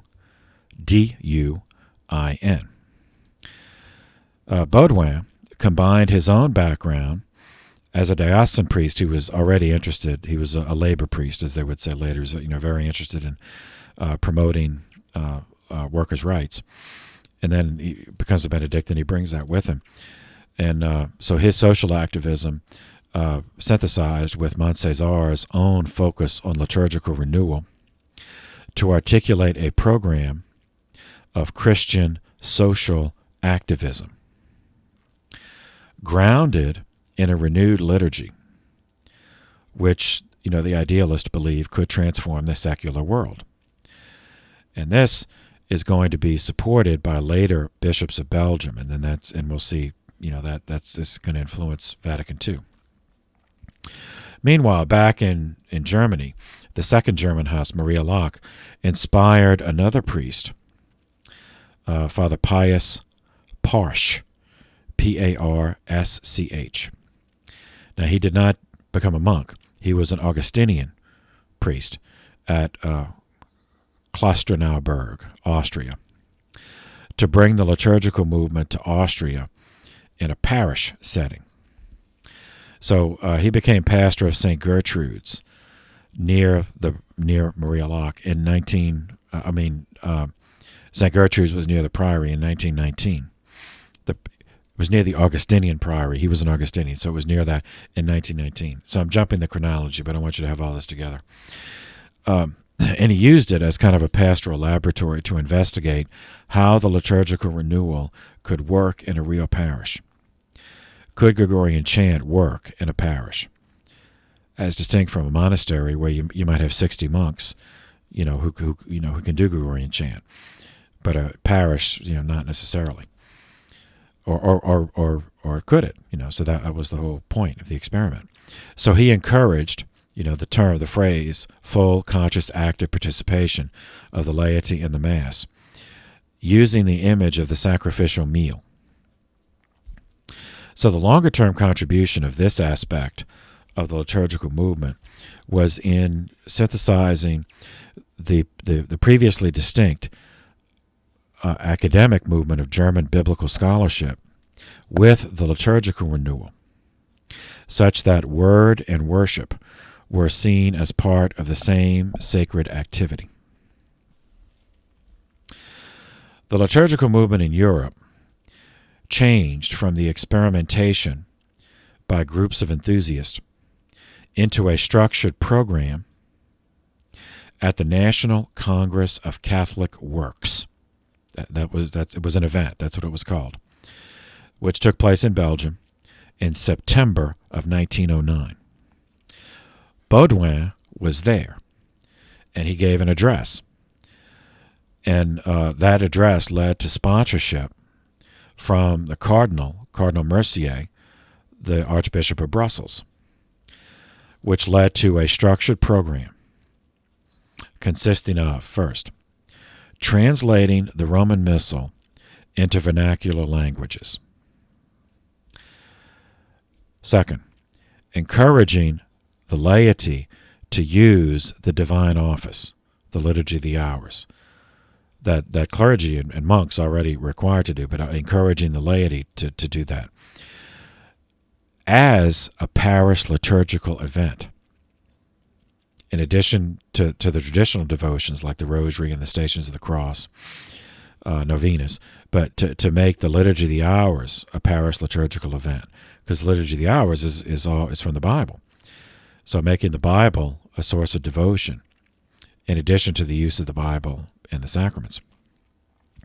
Third, promoting full, conscious, active lay participation in the Mass. Fourth, offering annual retreats for lay liturgical ministers.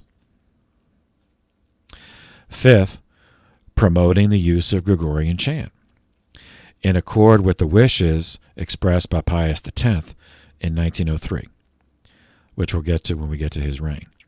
So this National Congress of Catholic Works in Belgium was 1909. So all those things I listed, except Gregorian chant, you would probably associate with Vatican II correctly. But again, nothing just happens. Vatican II did not just happen. So, when it was called, by John the 23rd in 1959, and it started meeting in 62. Well, it had this background from 1909 in that aspect for the liturgical aspect.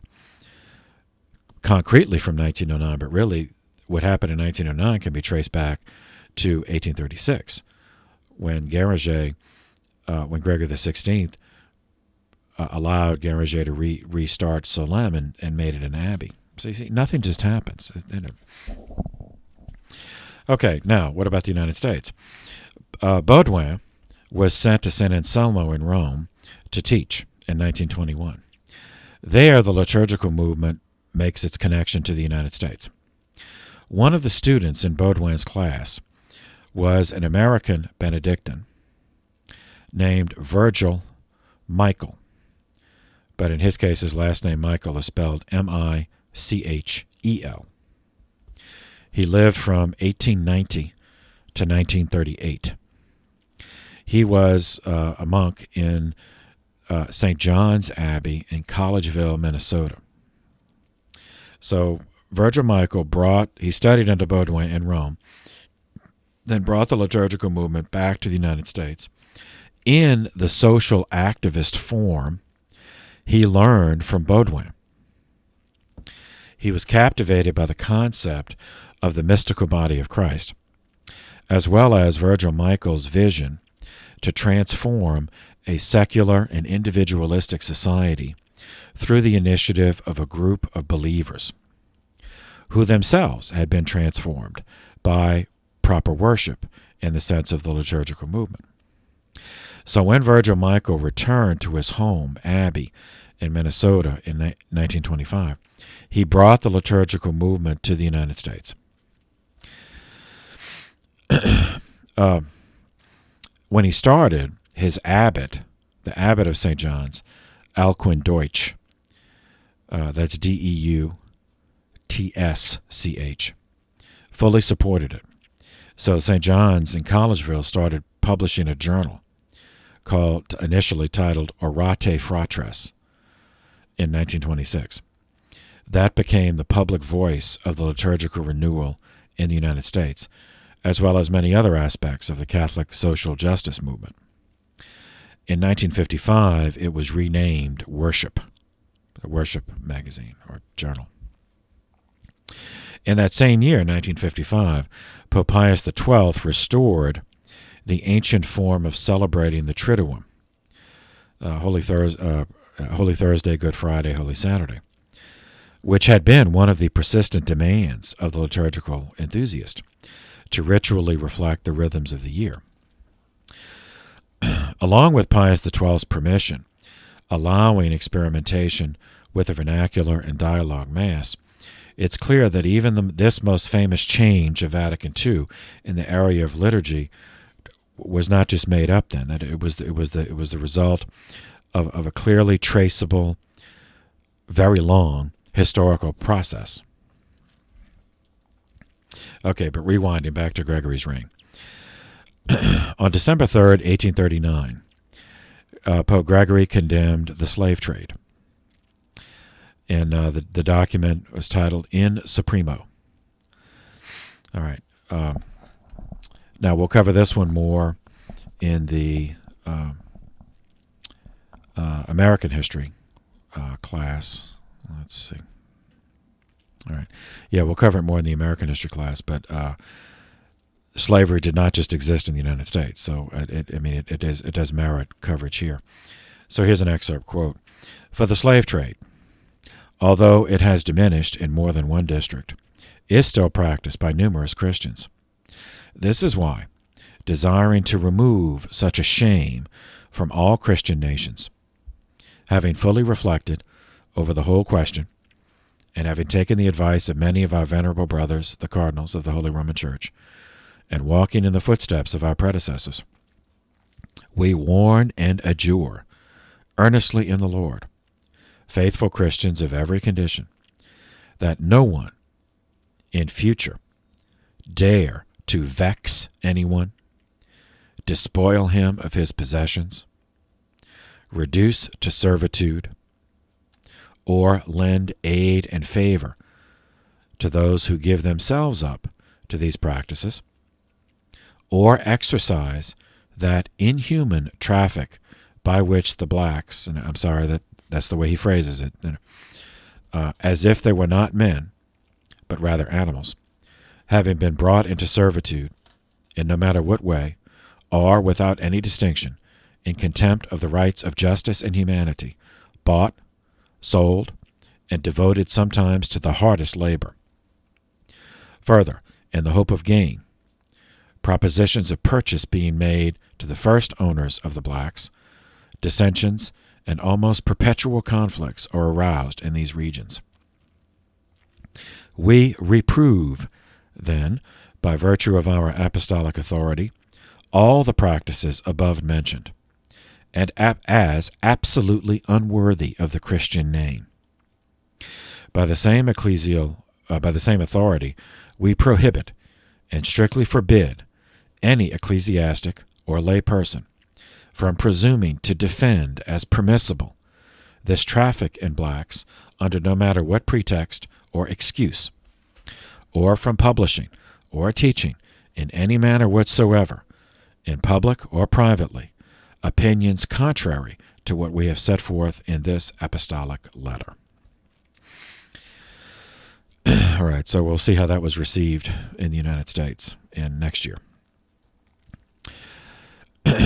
Other developments, initially outside of the church, but which are certainly going to impact the church and the rest of the world.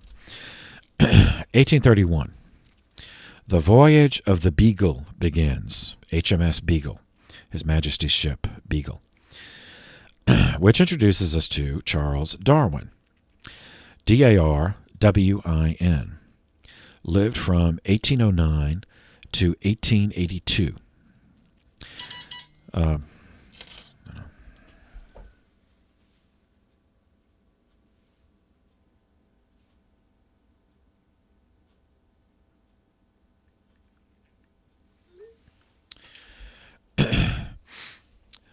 He was born in England.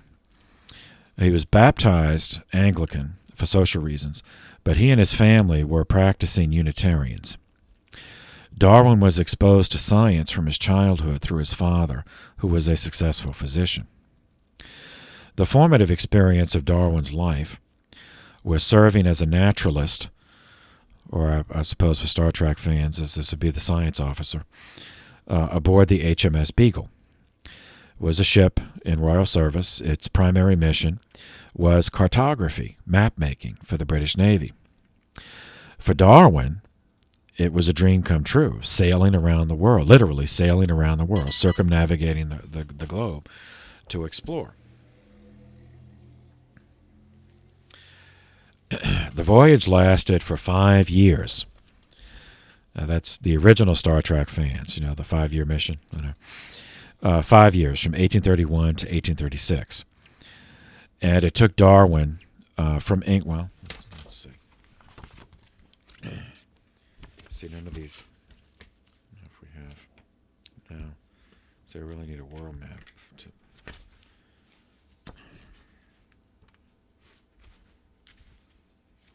No, these are all detail. I need. No.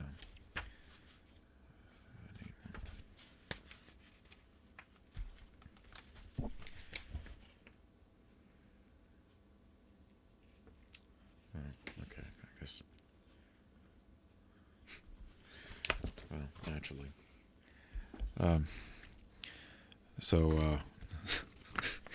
Where he started, England. His thing is not on this one. See, it would be England would be here. So they. So was. They took the southern route. In other words, so they went well. It's going to be more trouble than it's worth since the page division goes through. So they started from England, then south through the Atlantic to go around the southern, the Cape of the Cape Horn, the southern point of South America. Then going up the Pacific and visiting the Galapagos Islands on the Pacific side, then crossing the Pacific to Australia, so following the southern route, as opposed to the northern route, which would bring him to Japan, and then go around the southern coast of Australia, then across the Indian Ocean, around the southern coast of Africa, which brought him back to the Atlantic, then north through the Atlantic back to England. So literally sailed around the world. Darwin kept journals of this voyage and became the news story among British intellectuals. Darwin received much support from the Geological Society of London. Now, it is conventional to believe that Darwin published his theory of evolution as soon as he returned. Well, he would have said the theory of natural selection, because it was so obvious from his observations. But this is an oversimplification. In reality, it was 23 years after his return that Darwin published his theory on natural selection in the book titled On the Origin of Species in 1859. So he got back in 1836, and he published in 1859. The reason it took him so long is that he did not have the theory of natural selection completely formed in his mind when he returned from the world voyage. The following 23 years were filled with publishing and lecturing, but they were on very specific things he had observed, such as the variation in birds. That was a big thing. There are many, many lectures and monographs on that.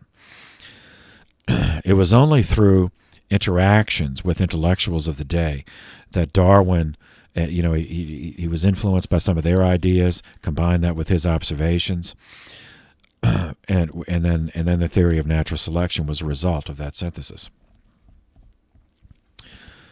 All right, now I'll skip all that.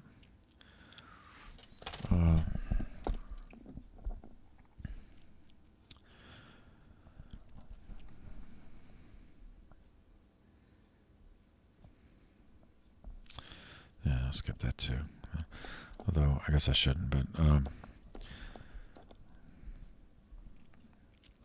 all right, I will mention this because it's not really church history, but it still affects the world. 1836, South Africa. Calvinist Dutch settlers in South Africa declare independence from British colonial authorities, proclaiming the existence of the Orange Free State, consisting of Natal and Transvaal. This was the nucleus of Dutch South Africa. These Calvinist Dutch settlers were called Boers, Boers, which just means farmers. So they were, farmer colonist. The Boer War against the Zulu tribe of the Zulus, well, it's actually a confederation of tribes, began in 1836. And then there's war between the Dutch and the indigenous peoples, as well as the Dutch and the English, because they wanted to control South Africa. And in one form or another, either the English or the Dutch formed the ascendant hegemony over South Africa until 1994. 1838 is the first British war in Afghanistan. 1838 to 1842. It was over control of the Khyber Pass. That's Khyber, the Khyber Pass. Strategically, the Khyber Pass was obviously a path through the mountains, big enough to allow the movement of an army. In this case, the English were worried about the Russians to the north, that the Russians would use the Khyber Pass to move an army through and attack other possessions that the British stole, present British India, which British India then includes not only the nation of India today, but also the nations of Pakistan and Bangladesh on either side. So the first British-Afghan War was to seize control of the Khyber Pass to protect India. Well, there were already Afghans living in Afghanistan, and they didn't really care. They just didn't want the British there. They didn't care about British concern for protecting, their stolen property. So that's the first British-Afghan War, but not the last. 1839, the first British Opium War against China. So this resulted in the theft of Hong Kong in 1842. Opium was legal in Great Britain at the time, but not legal in China, in Imperial China. The British wanted the Chinese to allow sale of opium in China. The Chinese refused, so war ensued. 1844, well, that's the invention of, I don't know if that's really necessary.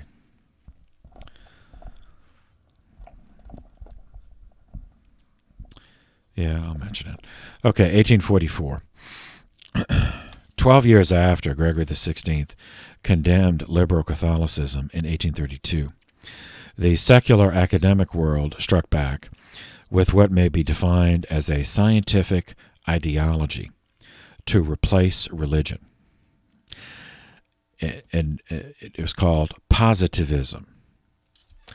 P-O-S-I-T, posit, I-V-I-S-M, positivism, which introduces us to Auguste Comte, Frenchman, A-U-G-U-S-T-E, Comte, C-O-M-T-E.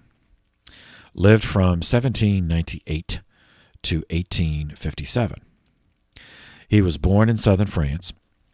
After failing out of medical school, he supported himself by taking odd jobs. He was introduced into the French intellectual world when he was employed as secretary to a French aristocrat, none other than Claude Henri, the Count de Saint-Simon. We've already met him.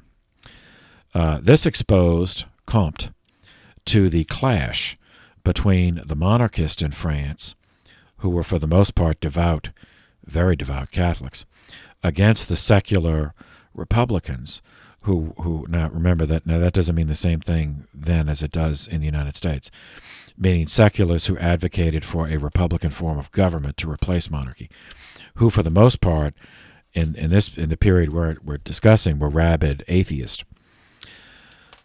After a stay in a mental institution, Comte lost his employment and then turned against the aristocracy and the church. Using his brief time in medical school as a front, Comte postured as a scientist and began publishing essays guaranteed to get attention and support from radical atheists. In the course of these essays, he developed the basis for what became sociology and for the philosophy of positivism. So Saint-Simon, his original patron, first articulated the French version of socialism. So here, and then this guy Comte invents sociology as an application of his philosophy, this academic secular philosophy of positivism.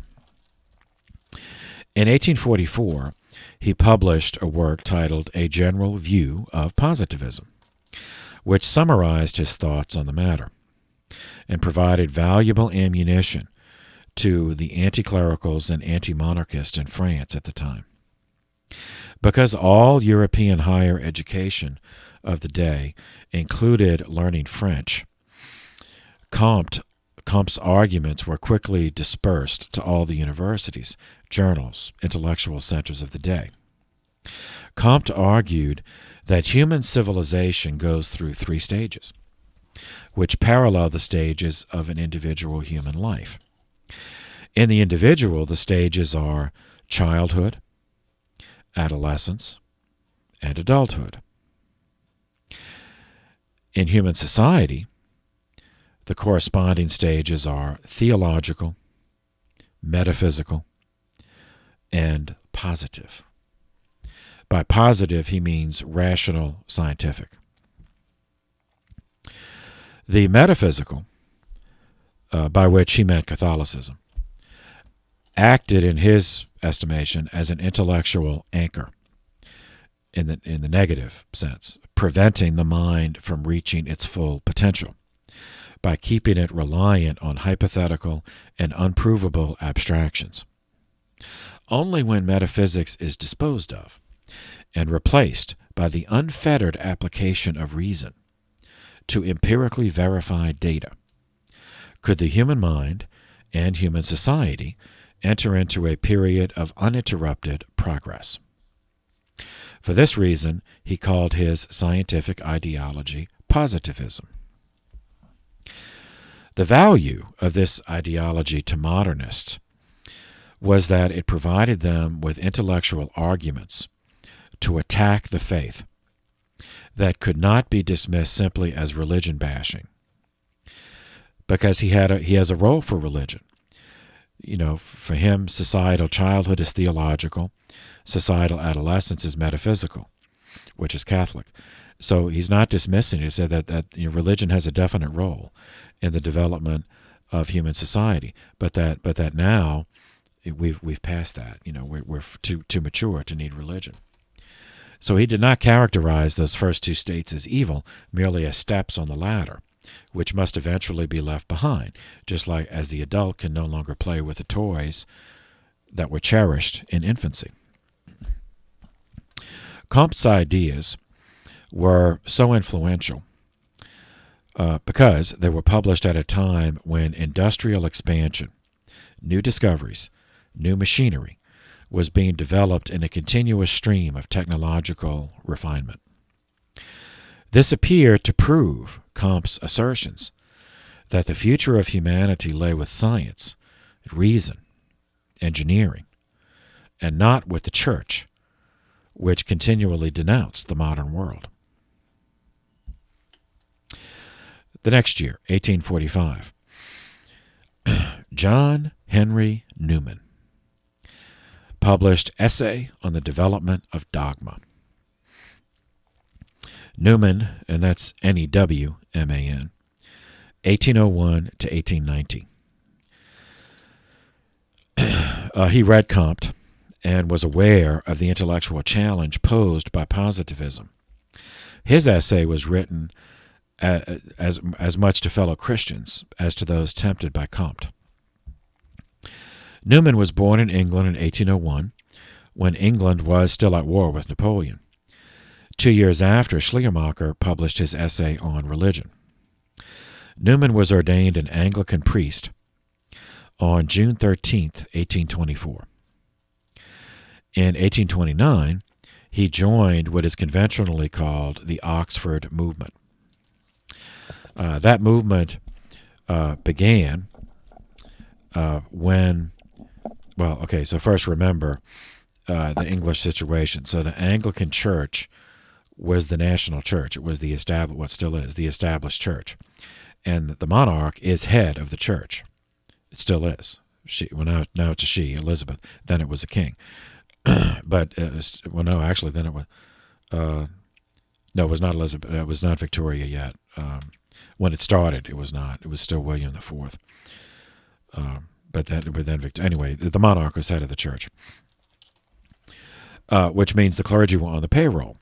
And because the British system, the monarchy is limited by Parliament, and Parliament runs the government, including the budget, the taxation, Parliament had to vote as part of the budget to pay to support the clergy, which means paying to also support Anglican parishes and churches. Well, Parliament they were arguing about a budget-saving measure to simply reduce the number of parishes and therefore reduce the number of clergy on the payroll to save money. So an Anglican priest named John Cable, that's Keble, wrote an essay. Well, he delivered it as an address, but then as many of these do, he wrote it out in advance, so published it as an essay titled National Apostasy. in which he said that the people are, like, they're only saying this because we, as Anglican clergy, have not properly formed them to understand the necessity of Christianity in the church. So the Oxford movement was people like him, Cable and Newman, very well educated Anglican clergy, who will promote a biblical and patristic renewal of Anglicanism, which they hoped would revive participation in the church and the faith. Well, in order to do this, they started researching, and they started writing about the results of their research in a series of tracts, Tracts, and so they're called Tractarians, another name for them. There was a series of 90 essays published by various members of this group. Collectively, they're called the Tracts for the Times, published between 1833 and 1841. They were halted by the Anglican Archbishop of Canterbury, the senior prelate of the English Church, because of the increasingly Catholic tone of the essays and some conversions, like Newman's. So, Newman converted after that, so a sincere study of the Bible and the Church Fathers led many of these guys to convert to Catholicism, to perceive, that the real causes of the Protestant movement were political and economic, but to trace back the faith to antiquity, led them to cross the Tiber, as was said, to leave the Anglican Church and become Catholic. So Newman was accepted in the Catholic Church on October 9th, 1845, and was ordained a Catholic priest in 1847. Even though Anglican clergy could marry, he never did marry, so that was not a problem. In 1845, the year after his entrance into the church, Newman wrote a work which stands out in the period because it fit in the genre of liberal Catholicism condemned 13 years earlier. The essay was an attempt to provide a solid theological response to modernists, meaning the positivist or the secular atheist, whatever you want to call them, who invariably used history against the faith by using the differences in church practice over the centuries as evidence that the church was just another human institution. So one way they would use is say, okay, well, look at as the church described in the first century in Acts of the Apostles as compared to what the Pope does at St. Peter's in Rome in 1840. And they say, okay, you see the difference? Well, okay, that means it's just a human institution that just changed. If it were a divine institution, then nothing would have changed. It would be exactly the same as in Acts of the Apostles. Now, of course, that argument is fallacious in every respect. Is that, it's absurd to think that the church in Acts of the Apostles, which consisted of a few dozen people, that's all the church should ever be.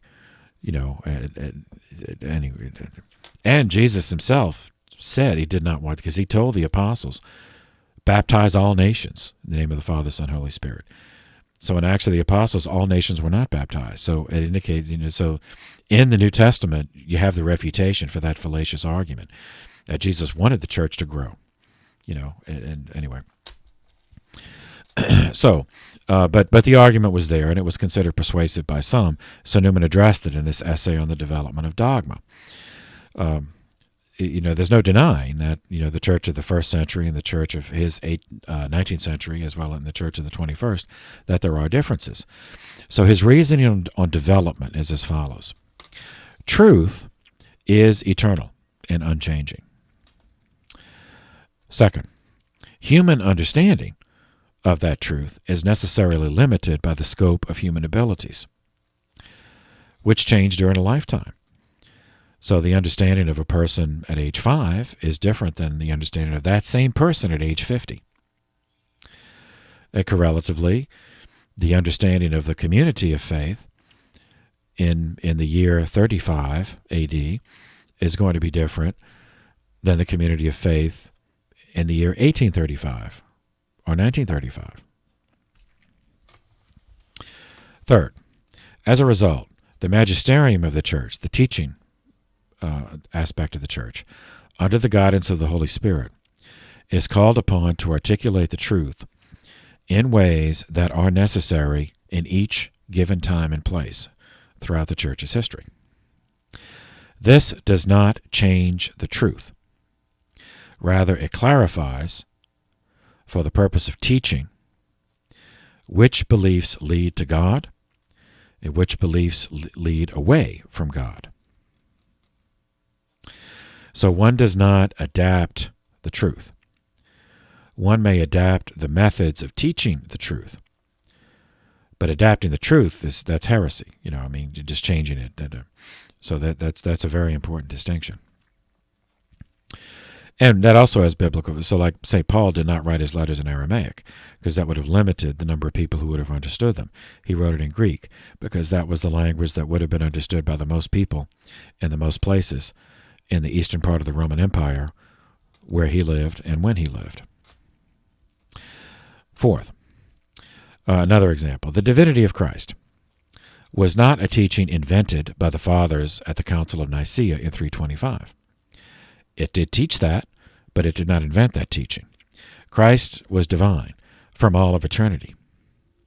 The articulation of Nicaea regarding this divinity was made necessary in order to clarify correct belief in light of errors being taught by Arius and his followers, that Jesus was not divine, that Jesus was created by God for the purpose of salvation. Fifth, using this model as a standard, Newman argued that the alleged changes in church teaching over the centuries are not substantive changes, not changes in the truth, but rather development in the ways that the teaching is expressed and understood within our own human limitations. This essay represented a way in which the modernist impulse might have been tamed and kept within the church. Newman united faith and reason in his argument, instead of using reason against faith, or using faith against reason. In effect, he was attempting the same sort of theological realignment based on faith and reason, which Aquinas had promoted 600 years earlier. For this and his other contributions, Newman was named a cardinal by Leo XIII in February of 1879, because this sort of synthesis with the modern world was exactly what Pope Leo wanted to achieve. Sadly, few people of the day, or any day, had the combination of mental discipline and humility necessary to behave in that way. So the opposition between Catholicism and modernism deepened. Newman is quoted 4 times in the Catechism. Catechism number, these are paragraph numbers, not page numbers. So it doesn't matter what edition you look for, it'll be the same. Number 157, on faith as being certain. Quotes from another work of his, the Apologia.